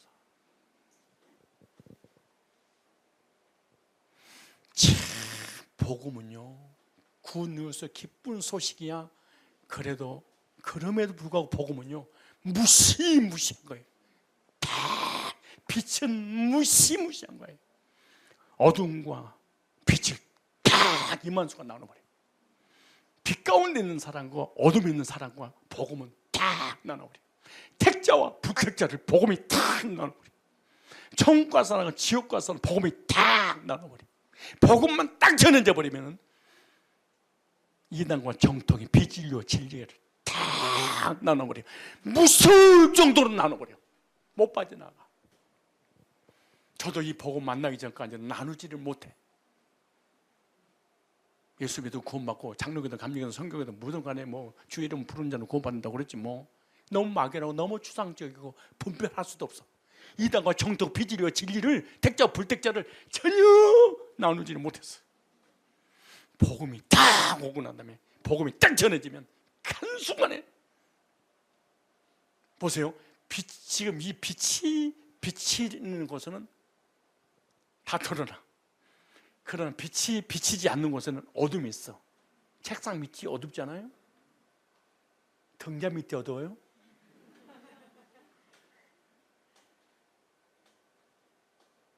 어두움과 광명을 쫙 나누듯이 복음은 나눔의 역사가 나타나요.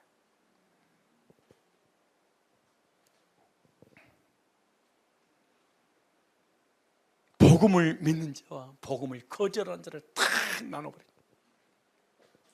여기서 나누사 이 말이 바달이라는 단어입니다. 바달. 이 말은 나누사. 뭐가 나눴어요? 빛이. 무슨 빛이? 복음 빛이. 빛이니까 나눴어요? 이 말은 구별되다, 쫓아내다, 분별하다, 갈라내다, 절교하다. 빛이 있으라시면 빛이 있었고 하나님 보시기에 좋았더라. 빛과 어둠을 나누사. 하나님께서 빛과 어둠을 나누는데 이것은 구원받은 백성과 구원받지 못한 백성을 갈라내고 있는 의미입니다. 아, 복음이 갈라내고 있구나 이거. 그래 갈라내는 기준이 뭐냐? 예수 그리스도입니다. 예수님 빛을 통해서 거룩한 백성이 구별되는 거예요. 타락한 백성들은 아담을 에덴 동산에서 쫓아내듯이 빛에 거하지 못하도록 쫓아내는 거예요. 그러므로 구원받지 못한 백성들은 어둠에서 살게 되고 하나님 관계가 절교된 상태에서 살아간다 이렇게 말씀하는 거예요. 하나님과의 절교.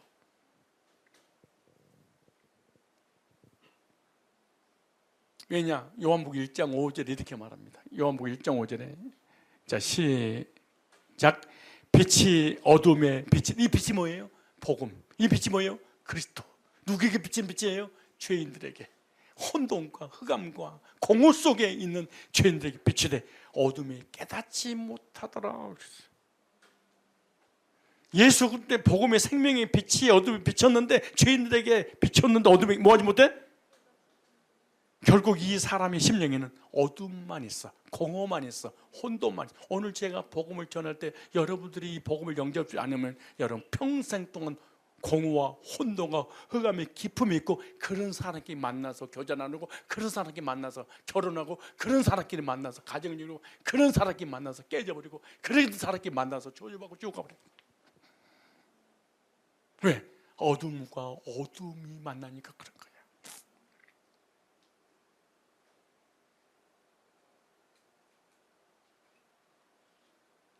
이것이 인간의 불행입니다.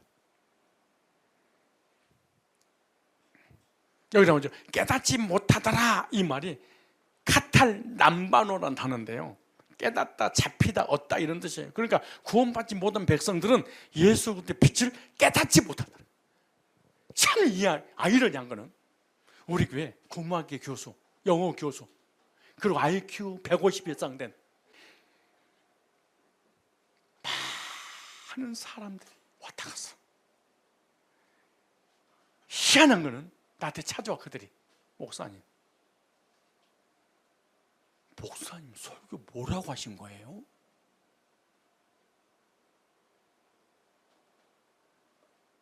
무슨 설교가 논리도 없고 주제도 없고 막 설교를 하세요?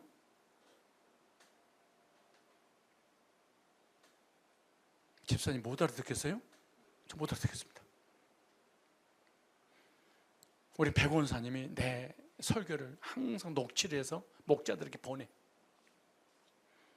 그래서 문자로 된, 활자로 된 내용을 카톡으로 내가 보내서 카톡으로.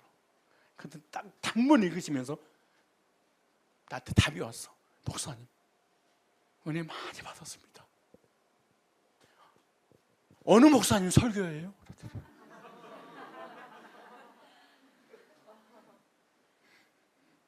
이번 주 제 설교자는 그랬더니 제가 성가대 앞에 앉아서 직접 들었는데 언제 이런 설교를 했어요? 그래서 내가 카카오톡으로 그날 설교 영상을 보내줘서 그때 지금까지 be quiet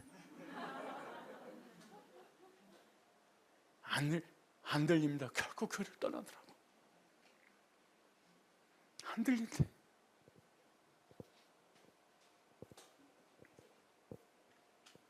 원어민들이 여기 와서 영어를 하면은 우리가 영어를 아무리 잘한다 해도 잘 들리겠습니까?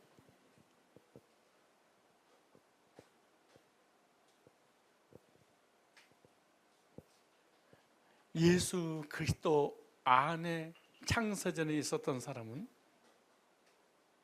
즉 타미드 안에 있었던 사람은 하나님을 떠나 타락해서 죄와 저주와 사망과 흑암과 혼동과 공허 속에 빠져 있다가도 그분과 그 나라에서 교제한 적이 있었던 사람은 이 땅에서 그분의 이야기를 하면 막연하지만 조금씩 들리기 시작해. 뭐야 이거? 이게 복음의 휘파람 소리야. 양은 주인의 휘파람 소리를 듣고 목자를 따라 복음의 휘파람을 불었더니 그 휘파람 소리를 듣고 그 메시지 반응해서 하나님 돌아와. 하나님 우리를 어떻게 부르냐? 복음의 휘파람으로 불러줘.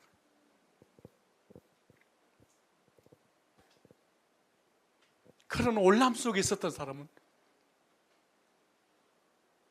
아무리 복음을 전해줘도 안 들려. 그럼 뭔만 들리냐? 율법, 도덕, 윤리, 선행, 성화, 십계명, 인간 행위. 이거는 잘. 근데 어느 날 그분이 또 찾아왔어.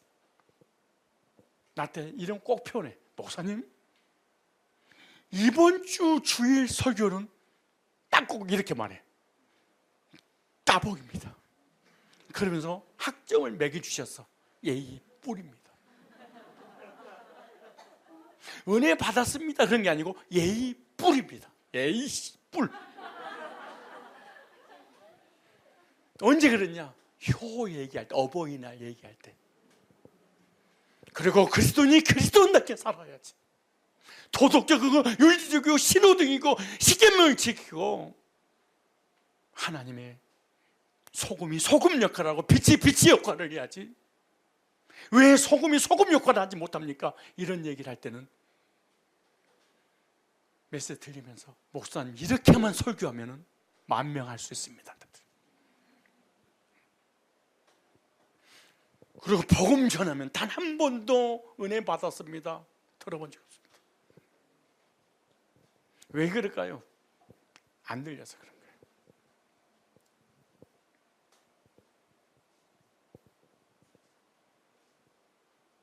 할머니도 들리고 할아방도 들리고 약간 부족하고 덜 떨어지고 가방 그 짧은 사람도 다 들리는데, 그러므로 휘파람 소리는 똑똑하다고 들리는 게 아니에요. 많이 배웠다고 들리는 게 아니에요. 그분의 신부면, 그분의 자녀면 들리는 거예요.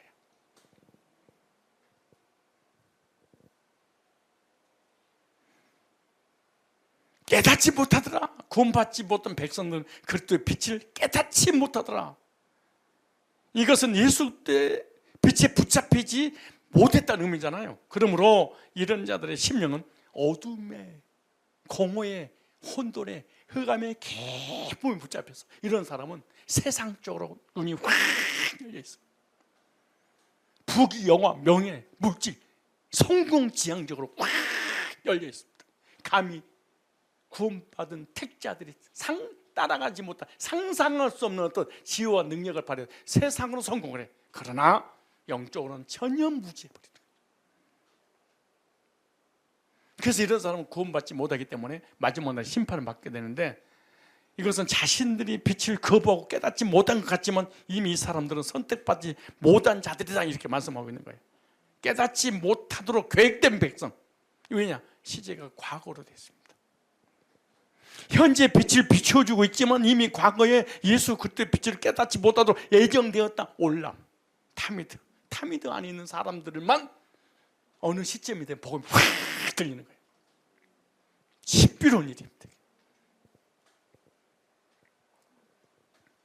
그래서 이미 하나님께서는요, 빛의 거할 자와 어둠의 거할 자를 갈라놓았어요. 요한복음 3장 19절 볼까요? 요한복음 3장 19절. 왜 그럼 받아들이지 않는 이유가 뭐냐? 3장 19절 나와요. 시작. 그 정죄는 이것이니 곧 빛이 세상에 왔을 때 창조주가 구세주로 말씀이 육시로 하나님이 사람의 몸으로 오셔서 혼돈과 흑암과 공허를 물리쳐서 빛 가운데 인도해서 천국으로 인도하려고 오셨을 때 빛보다 어둠을 더 사랑한 것이니라. 왜 여러분이 하나님께 올인하지 못한 줄 아세요? 세상을 너무 사랑해서, 죄를 너무 사랑해서. 악을 향하는 자마다 빛을 미워하여 빛으로 오지 아니하나니 이는 그 행위가 드러나는 신기한 놀라운 일은요, 복음이 딱 전해지면 내 속에 있는 행위가 확 드러나.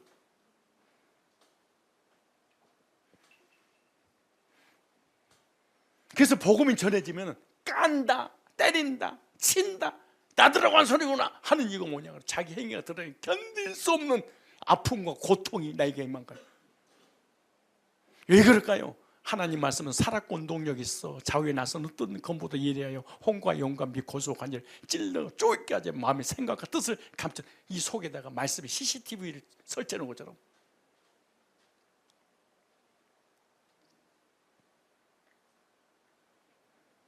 그 행위가 드러날까 하며 진리를 따르는 자는 빛으로 오나니 이는 그 행위가 하나님 안에서 행한 것임을 나타내려 하심이니라. 그래서 어둠에 있는 자들의 정죄는요, 빛이 세상에 왔지만 사람들이 자신 행위가 악함으로 빛보다 어둠을 더 사랑했다, 이렇게 말해. 그래서 악을 행하는 자마다 빛을 미워하게 되고 빛으로 나오기를 싫어하는 거예요. 왜? 자기의 죄가 드러나니까.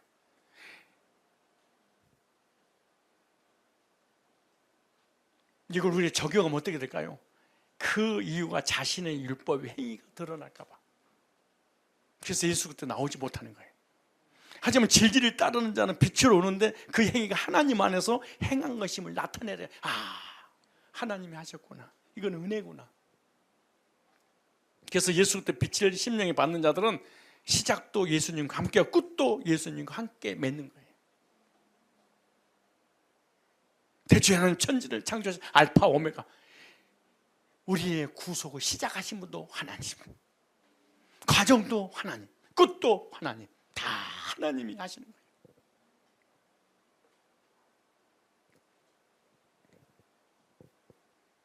그래서 창조에서와 마찬가지로 구원에 있어서도 성령의 역사하심으로 다 이게 이루어지게 되는 겁니다.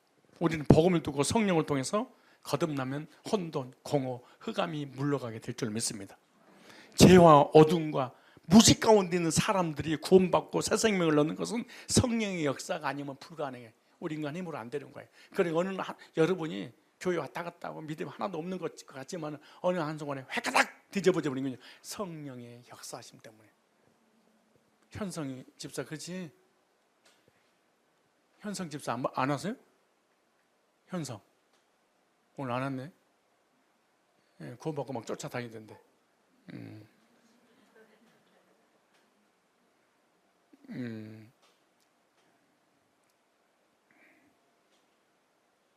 혼돈과 흑암과 공허 가운데 있는 우리 심령 속에 복음의 빛이 비쳐서 거듭나서 구원받고 혼돈도 흑암도 공허도 물러가도록 하나님이 처음부터 끝까지 다 하시는 하나님의 역사입니다.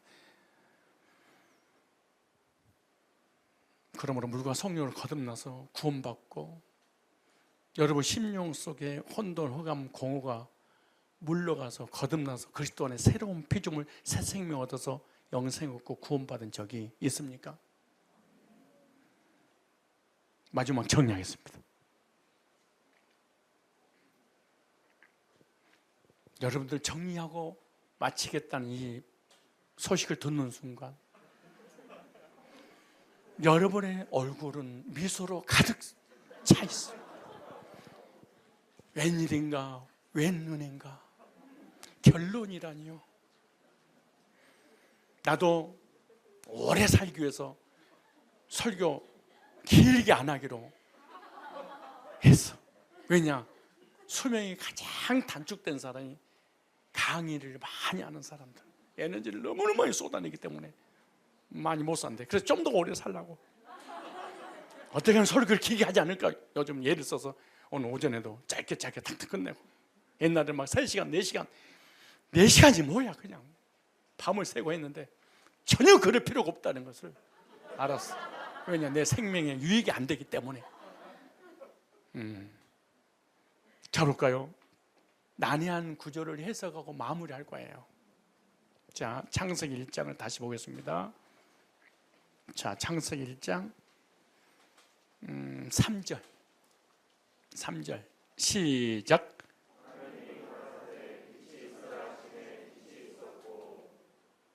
하나님 보시기에 좋았더라. 이 빛은 태양빛이 아니야.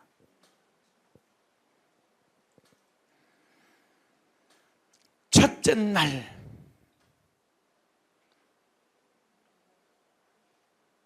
이 빛은 태양빛이다 라고 하는 사람들도 있어요.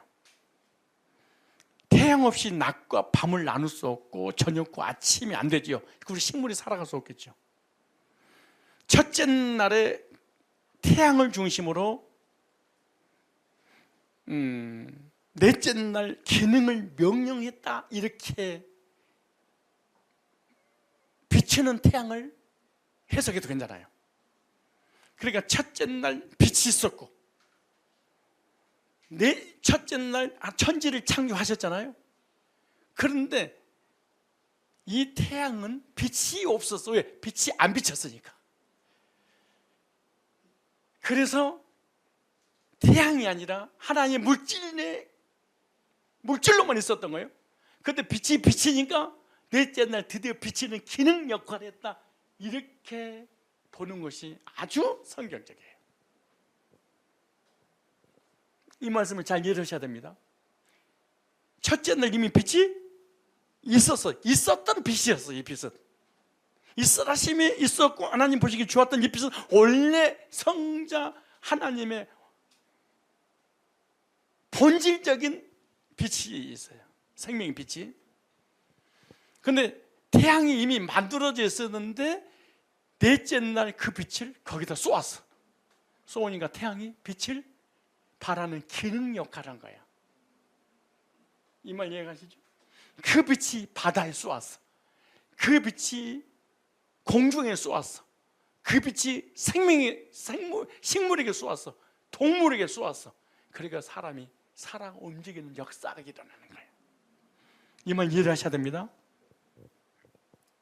그래서 해, 달, 별, 태양을 중심으로 우리가 읽었던 내용처럼 절기가 나눠지고 모든 기능이 부여된 날이 넷째 날이에요.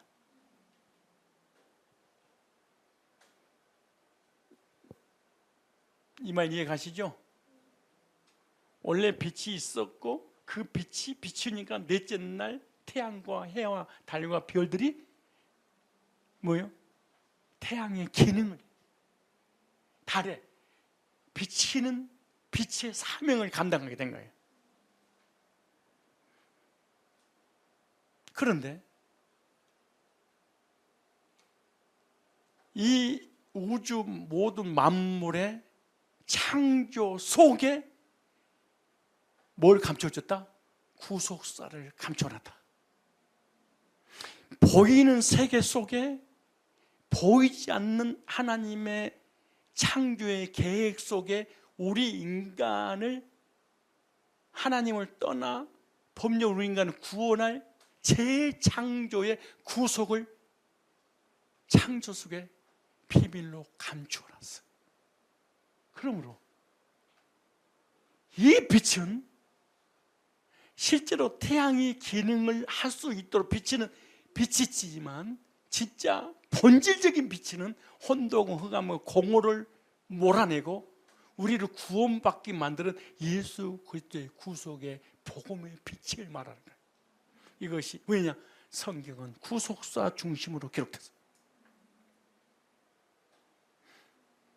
그래서 창세기 1장 3절, 요한복음 1장 1절로 4절 그 말씀의 핵심 구절이 뭐냐? 고린도후서 4장 6절에 사도 바울 불어서 그분은, 그 빛은 예수다. 혼돈과 흑암과 공허를 몰아내고 우리 속에 생명이 비쳐서 구원받고 하나님 자녀가 되어 이 세상 떠나고 천국을 상속받아서 상속권자로 만들기 위한 예수님의 생명의 빛이 죄인들에게 비치는 빛이란다. 다른 거 못 찾더라도 고린도서 4장 6절을 띄워보세요. 자,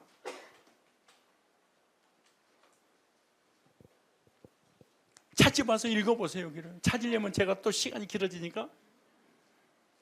자, 고린도후서 4장 6절은 창세기 1장 1절로 3절 이야기를 바울이 하고 있어. 내가 임의적으로 창세기 1장 3절은 예수다, 그러면 알레고리, 비유풀이 영적인 해석이 될 수 있겠지만, 거기에 한 근거 간주 성경을 또 써놨어. 바울이 어떻게? 성령의 감독으로. 그러니까 창조 때 혼돈과 흑암과 공허 속에 비춰서 혼돈과 흑암과 공허가 물러가게 하는 그 빛의 본질이 뭐냐? 예수였다 그래. 죄인에게 비춰지는 구원의 생명의 영생의 빛이 예수야. 바울이 써놨어. 창조 속에 구속의 비밀을 감춰놨어. 이걸 목회자들이 찾아서 풀어서 성도에게 알려줘서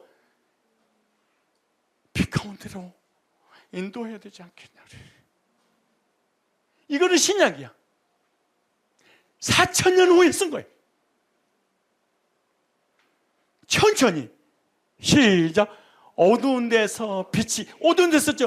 혼돈과 공허 흑암에 깊은 어두운 데에 있어서요 하시던 그 하나님께서, 빛이 빛이라 하시던 그 창세기 1장 3절에 그 하나님께서, 빛이 있으라 하시면 빛이 있고 하나님 보시기에 좋았더라, 그 하나님께서 예수 그리스도의 얼굴에 있는 하나님의 영광을 나는 빛을 우리의 혼돈과 흑암과 공허 속에 있는 우리 인간의 마음속에 비추었느니라.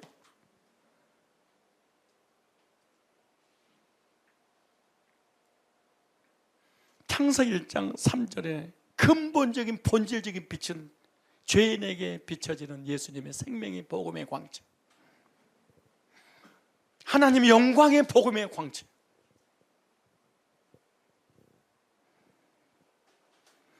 그래서 이미 창조 때 예수 때 생명의 복음의 빛을 다 그때 감춰놓은 거예요. 그런데 사도 바울이 이걸 풀어놨어. 그 빛이는지 태양이 비치는 빛이 있지만 그 속에 우리 인간의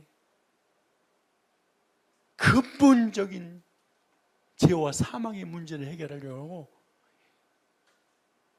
그 빛으로 나온 자는 다 구원받고 영생을 얻게 하려고 예수님을 비추는 그 빛이었어. 그렇게.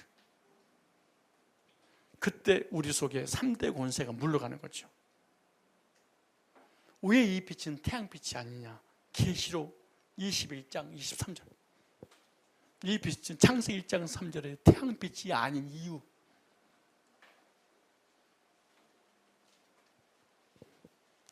자, 22절부터 제가 읽을게요. 성 안의 성전을 내가 보지 못해서 이는 주 하나님 곧 전능하신 이와 및 어린 양이 그 성전이심이라.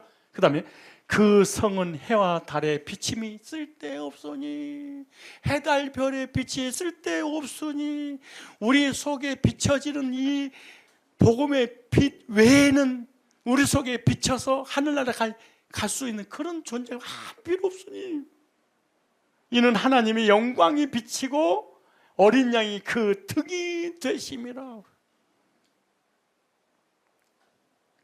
빛은 그리스도입니다. 주님만이 나의 생명의 빛입니다. 그래서 창조의 기사는요, 우리를 어떻게 구원하실 것인가에 관한 기록이 창세기의 핵심 주제입니다. 보이는 현상적인 창조의 목적이 있었던 게 아니야.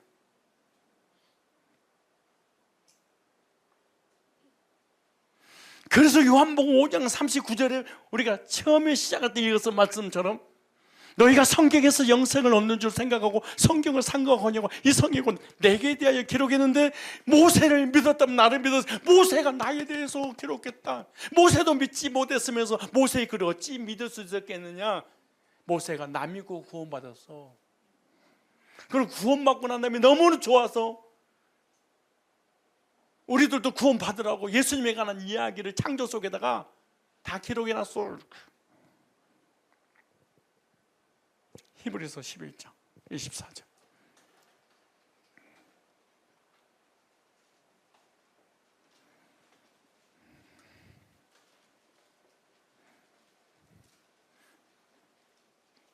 어디 읽자고 그랬어요? 자, 24절 시작.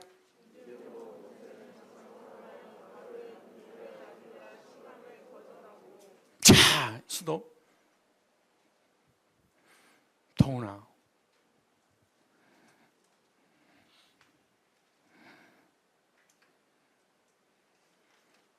예수 믿는 믿음을 가지고 하나님 자녀되어 천국 가는 게 좋아? 아니면 지옥 가더라도 이 땅에서 부귀영화 명예 전 세계를 다스리고 통치하는 대통령이 되는 게 좋아? 대답하지 마.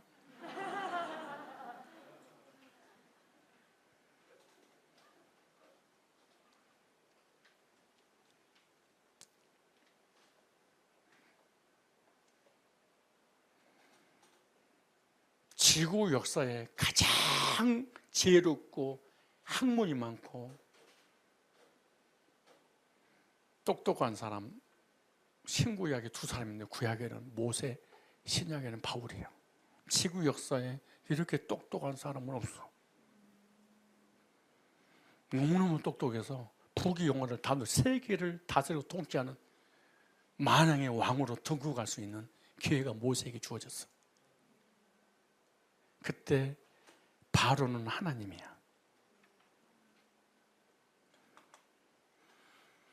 바로라는 최고의 통치자, 세계를 다스리는 왕이 되는 것을 포기하고 그래. 모든 조건이 다 맞았는데 포기하고 그리스도를 위하여 고난을 선택했다, 이렇게 말해.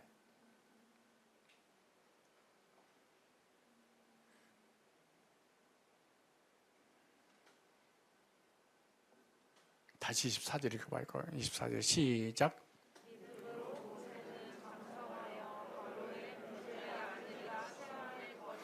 도리어 하나님의 백성 관계 고난받기를 잠시 죄악의 낙을 누리는 것보다, 여러분요, 우리 청년 때 이 세상에 잠깐 누리는 쾌락, 이건 오래 가는 게 아니라 잠깐 사춘기 때 잠깐 술 친구가 좋아, 잠깐 담배 친구가 좋아, 잠깐 따다다다다다다다 노름하고 오락하는 건 잠깐 친구야.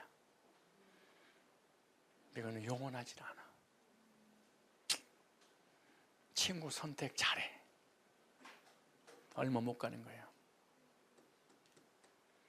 지금은 친구가 없어서 견디기 힘들 만큼 고통을 쓸 수 있어. 이 친구는 일시적인 것들. 뭐 때문에 옆에 있는 친구들이 필요하냐? 쾌락 때문에, 주초 문제 때문에. 내가 낙을 누리고 싶은데, 쾌락을 누리고 싶은데 함께 동참할 친구가 필요한 것이지, 진짜 그런 친구를 사랑하고 의지할 수 있는 그런 관계는 사실 아니야. 본인들이 알아. 안 그러냐?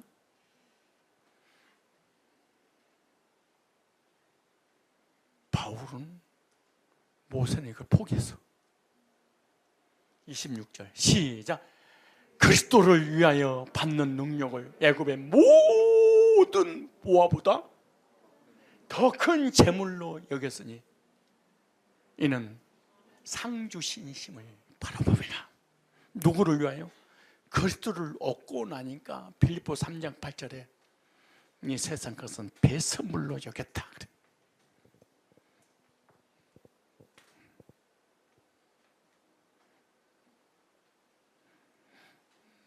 목사님은 가진 거, 배운 거, 아는 것이 없었어요. 그리고 사모님하고 결혼했어. 결혼했는데 전도서 사역을 해야 되는데 돈이 없어.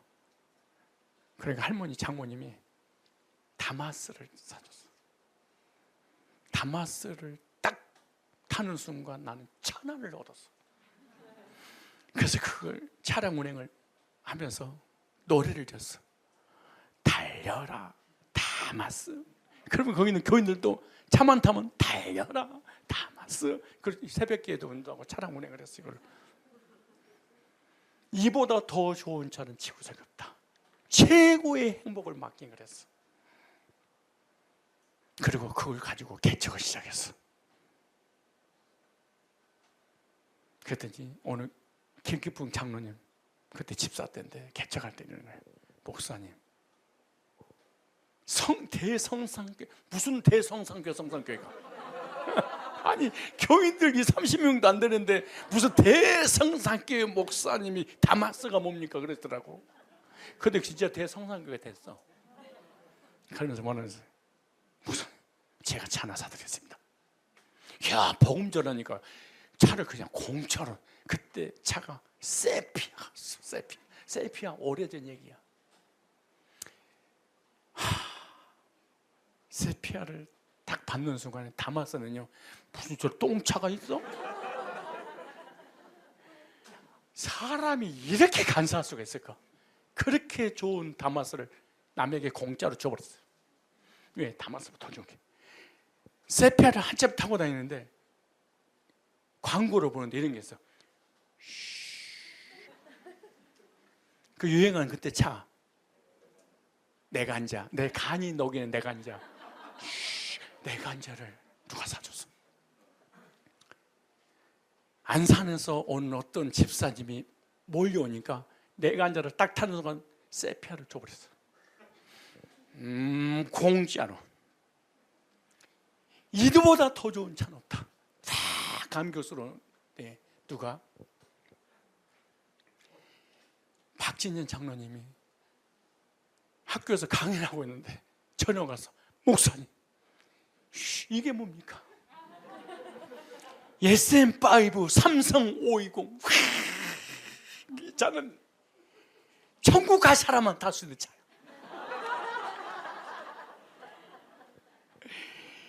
안 탄다고 그러는데 타야 된다고 하면서 나는 수상하대. 나는 성도 달란 말 없어. 목사님 타셔야 됩니다. 그리고 가져왔어. 탔어.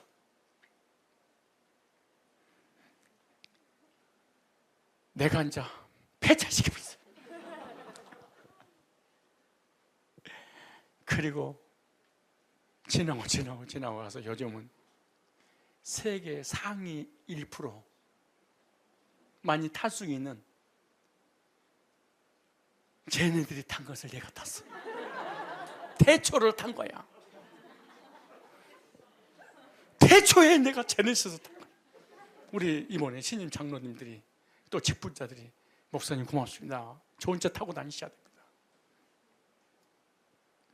그 차를 탔어. 무슨 얘기를 하냐? 좋은 곳이 오니까 덜 좋은 것을 배설물로 여기게 돼. 더 좋은 곳이 오기 전에 이것을 가지고 배설물로 여길 수는 없어. 비교할 수 없는 가치를 얻으면 버리게 돼. 이와 같이 부귀영화, 명예, 권력, 세상 것을 다 취하려고 달려가다가 세상적인 쾌락보다 더 위대한 것을 만나게 되면 배설물, 똥찌꺼기로 여기게 돼. 그래서 바울은 그런 거예요. 내가 가지고 있는 모든 것을 배설물로 여기면 그리스도를 얻고, 그 안에는 지혜와 지식과 모든 보화가 감춰져 있는. 목사님은 아무것도 가지지 못했는데 다 가졌어. 아무것도 구하지 않았는데 하나님은 다 주셨어. 왠 줄 아세요? 그리스도를 얻고.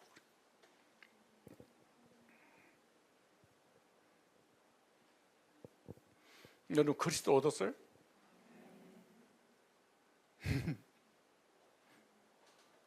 모세는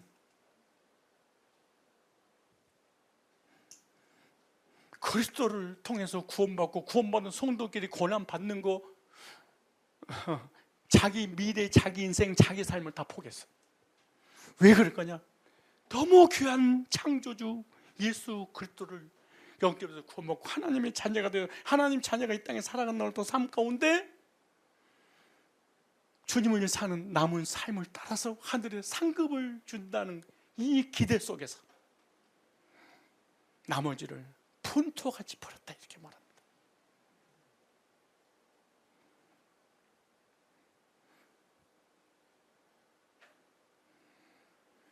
그리스도를 영접하고 혼돈과 공허, 흑암이 물러갔습니까?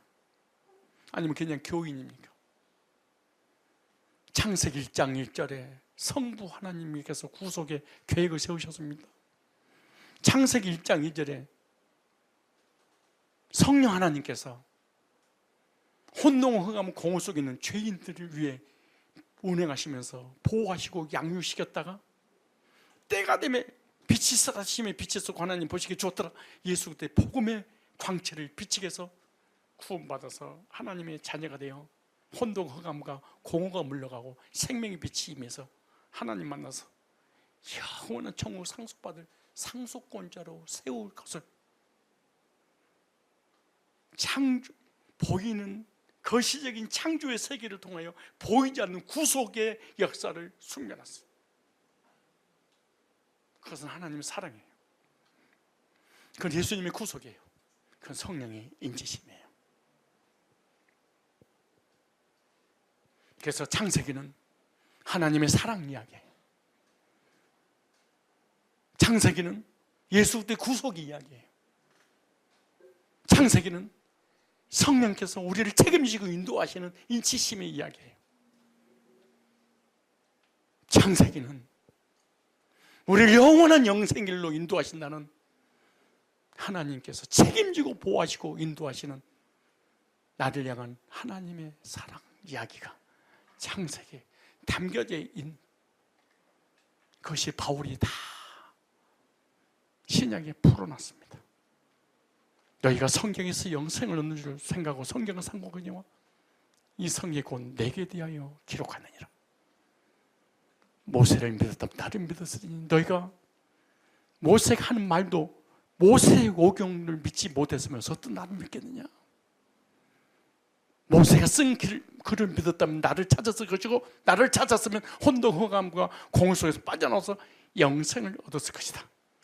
그러나 성경을 통해 너희들이 나를 찾아내지 못했구나. 그래서 멸망을 타고, 그래서 성경을 창세기 책으로 치부하고 말아. 뭐가? 목회자들이. 예수를 찾아내지를 못해. 그러니까 나를 만나서 내가 누구지 몰라. 내가 누군지 몰라니까 예수님 필요 없고 예수님을 만날 수 없으니까 죄에서 한번 구원받아서 하나님 백성이 천국 갈 수가 없게 되는 거죠. 2박 3일 동안 4번의 강의를 창세기 1장 1절로 3절을 가지고 말씀을 드렸습니다.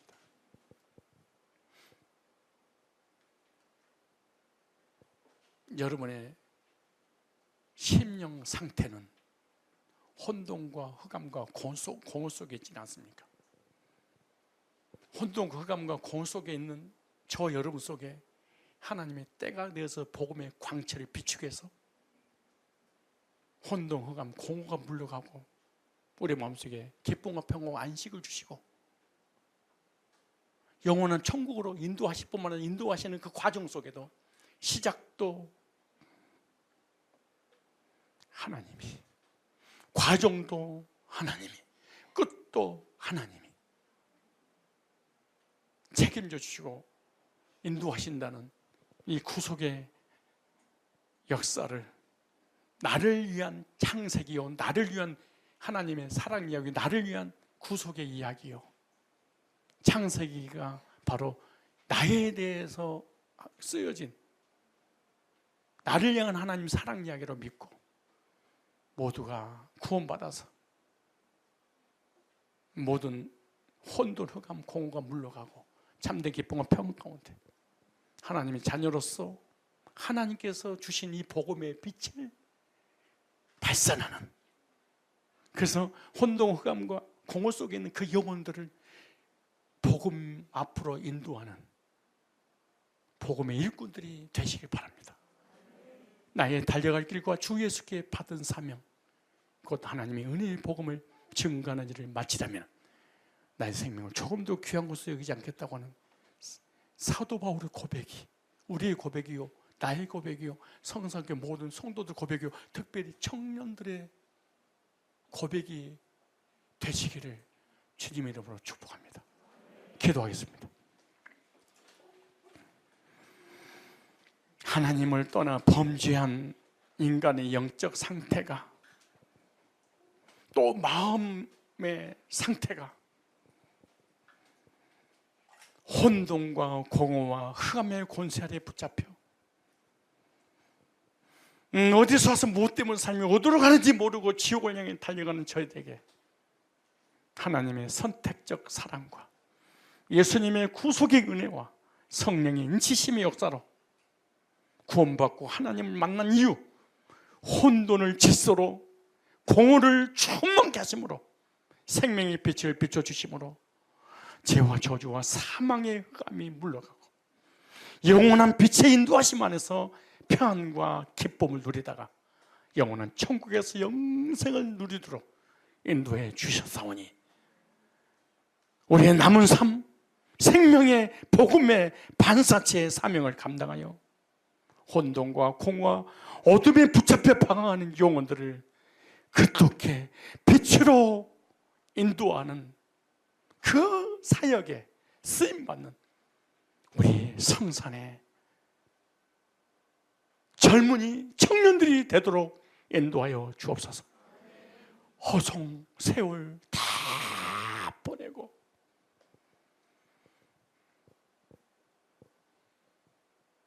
모든 나의 인생과 삶을 허비하고 난 다음에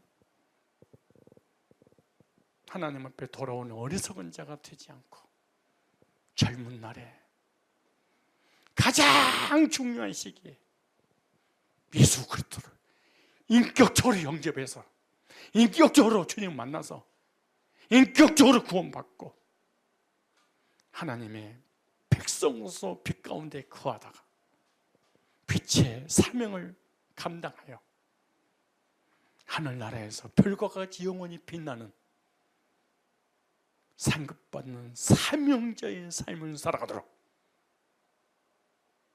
주의 백성들 심령 속에 생명의 복음의 그리스도의 하나님의 영광의 광채가 비춰지는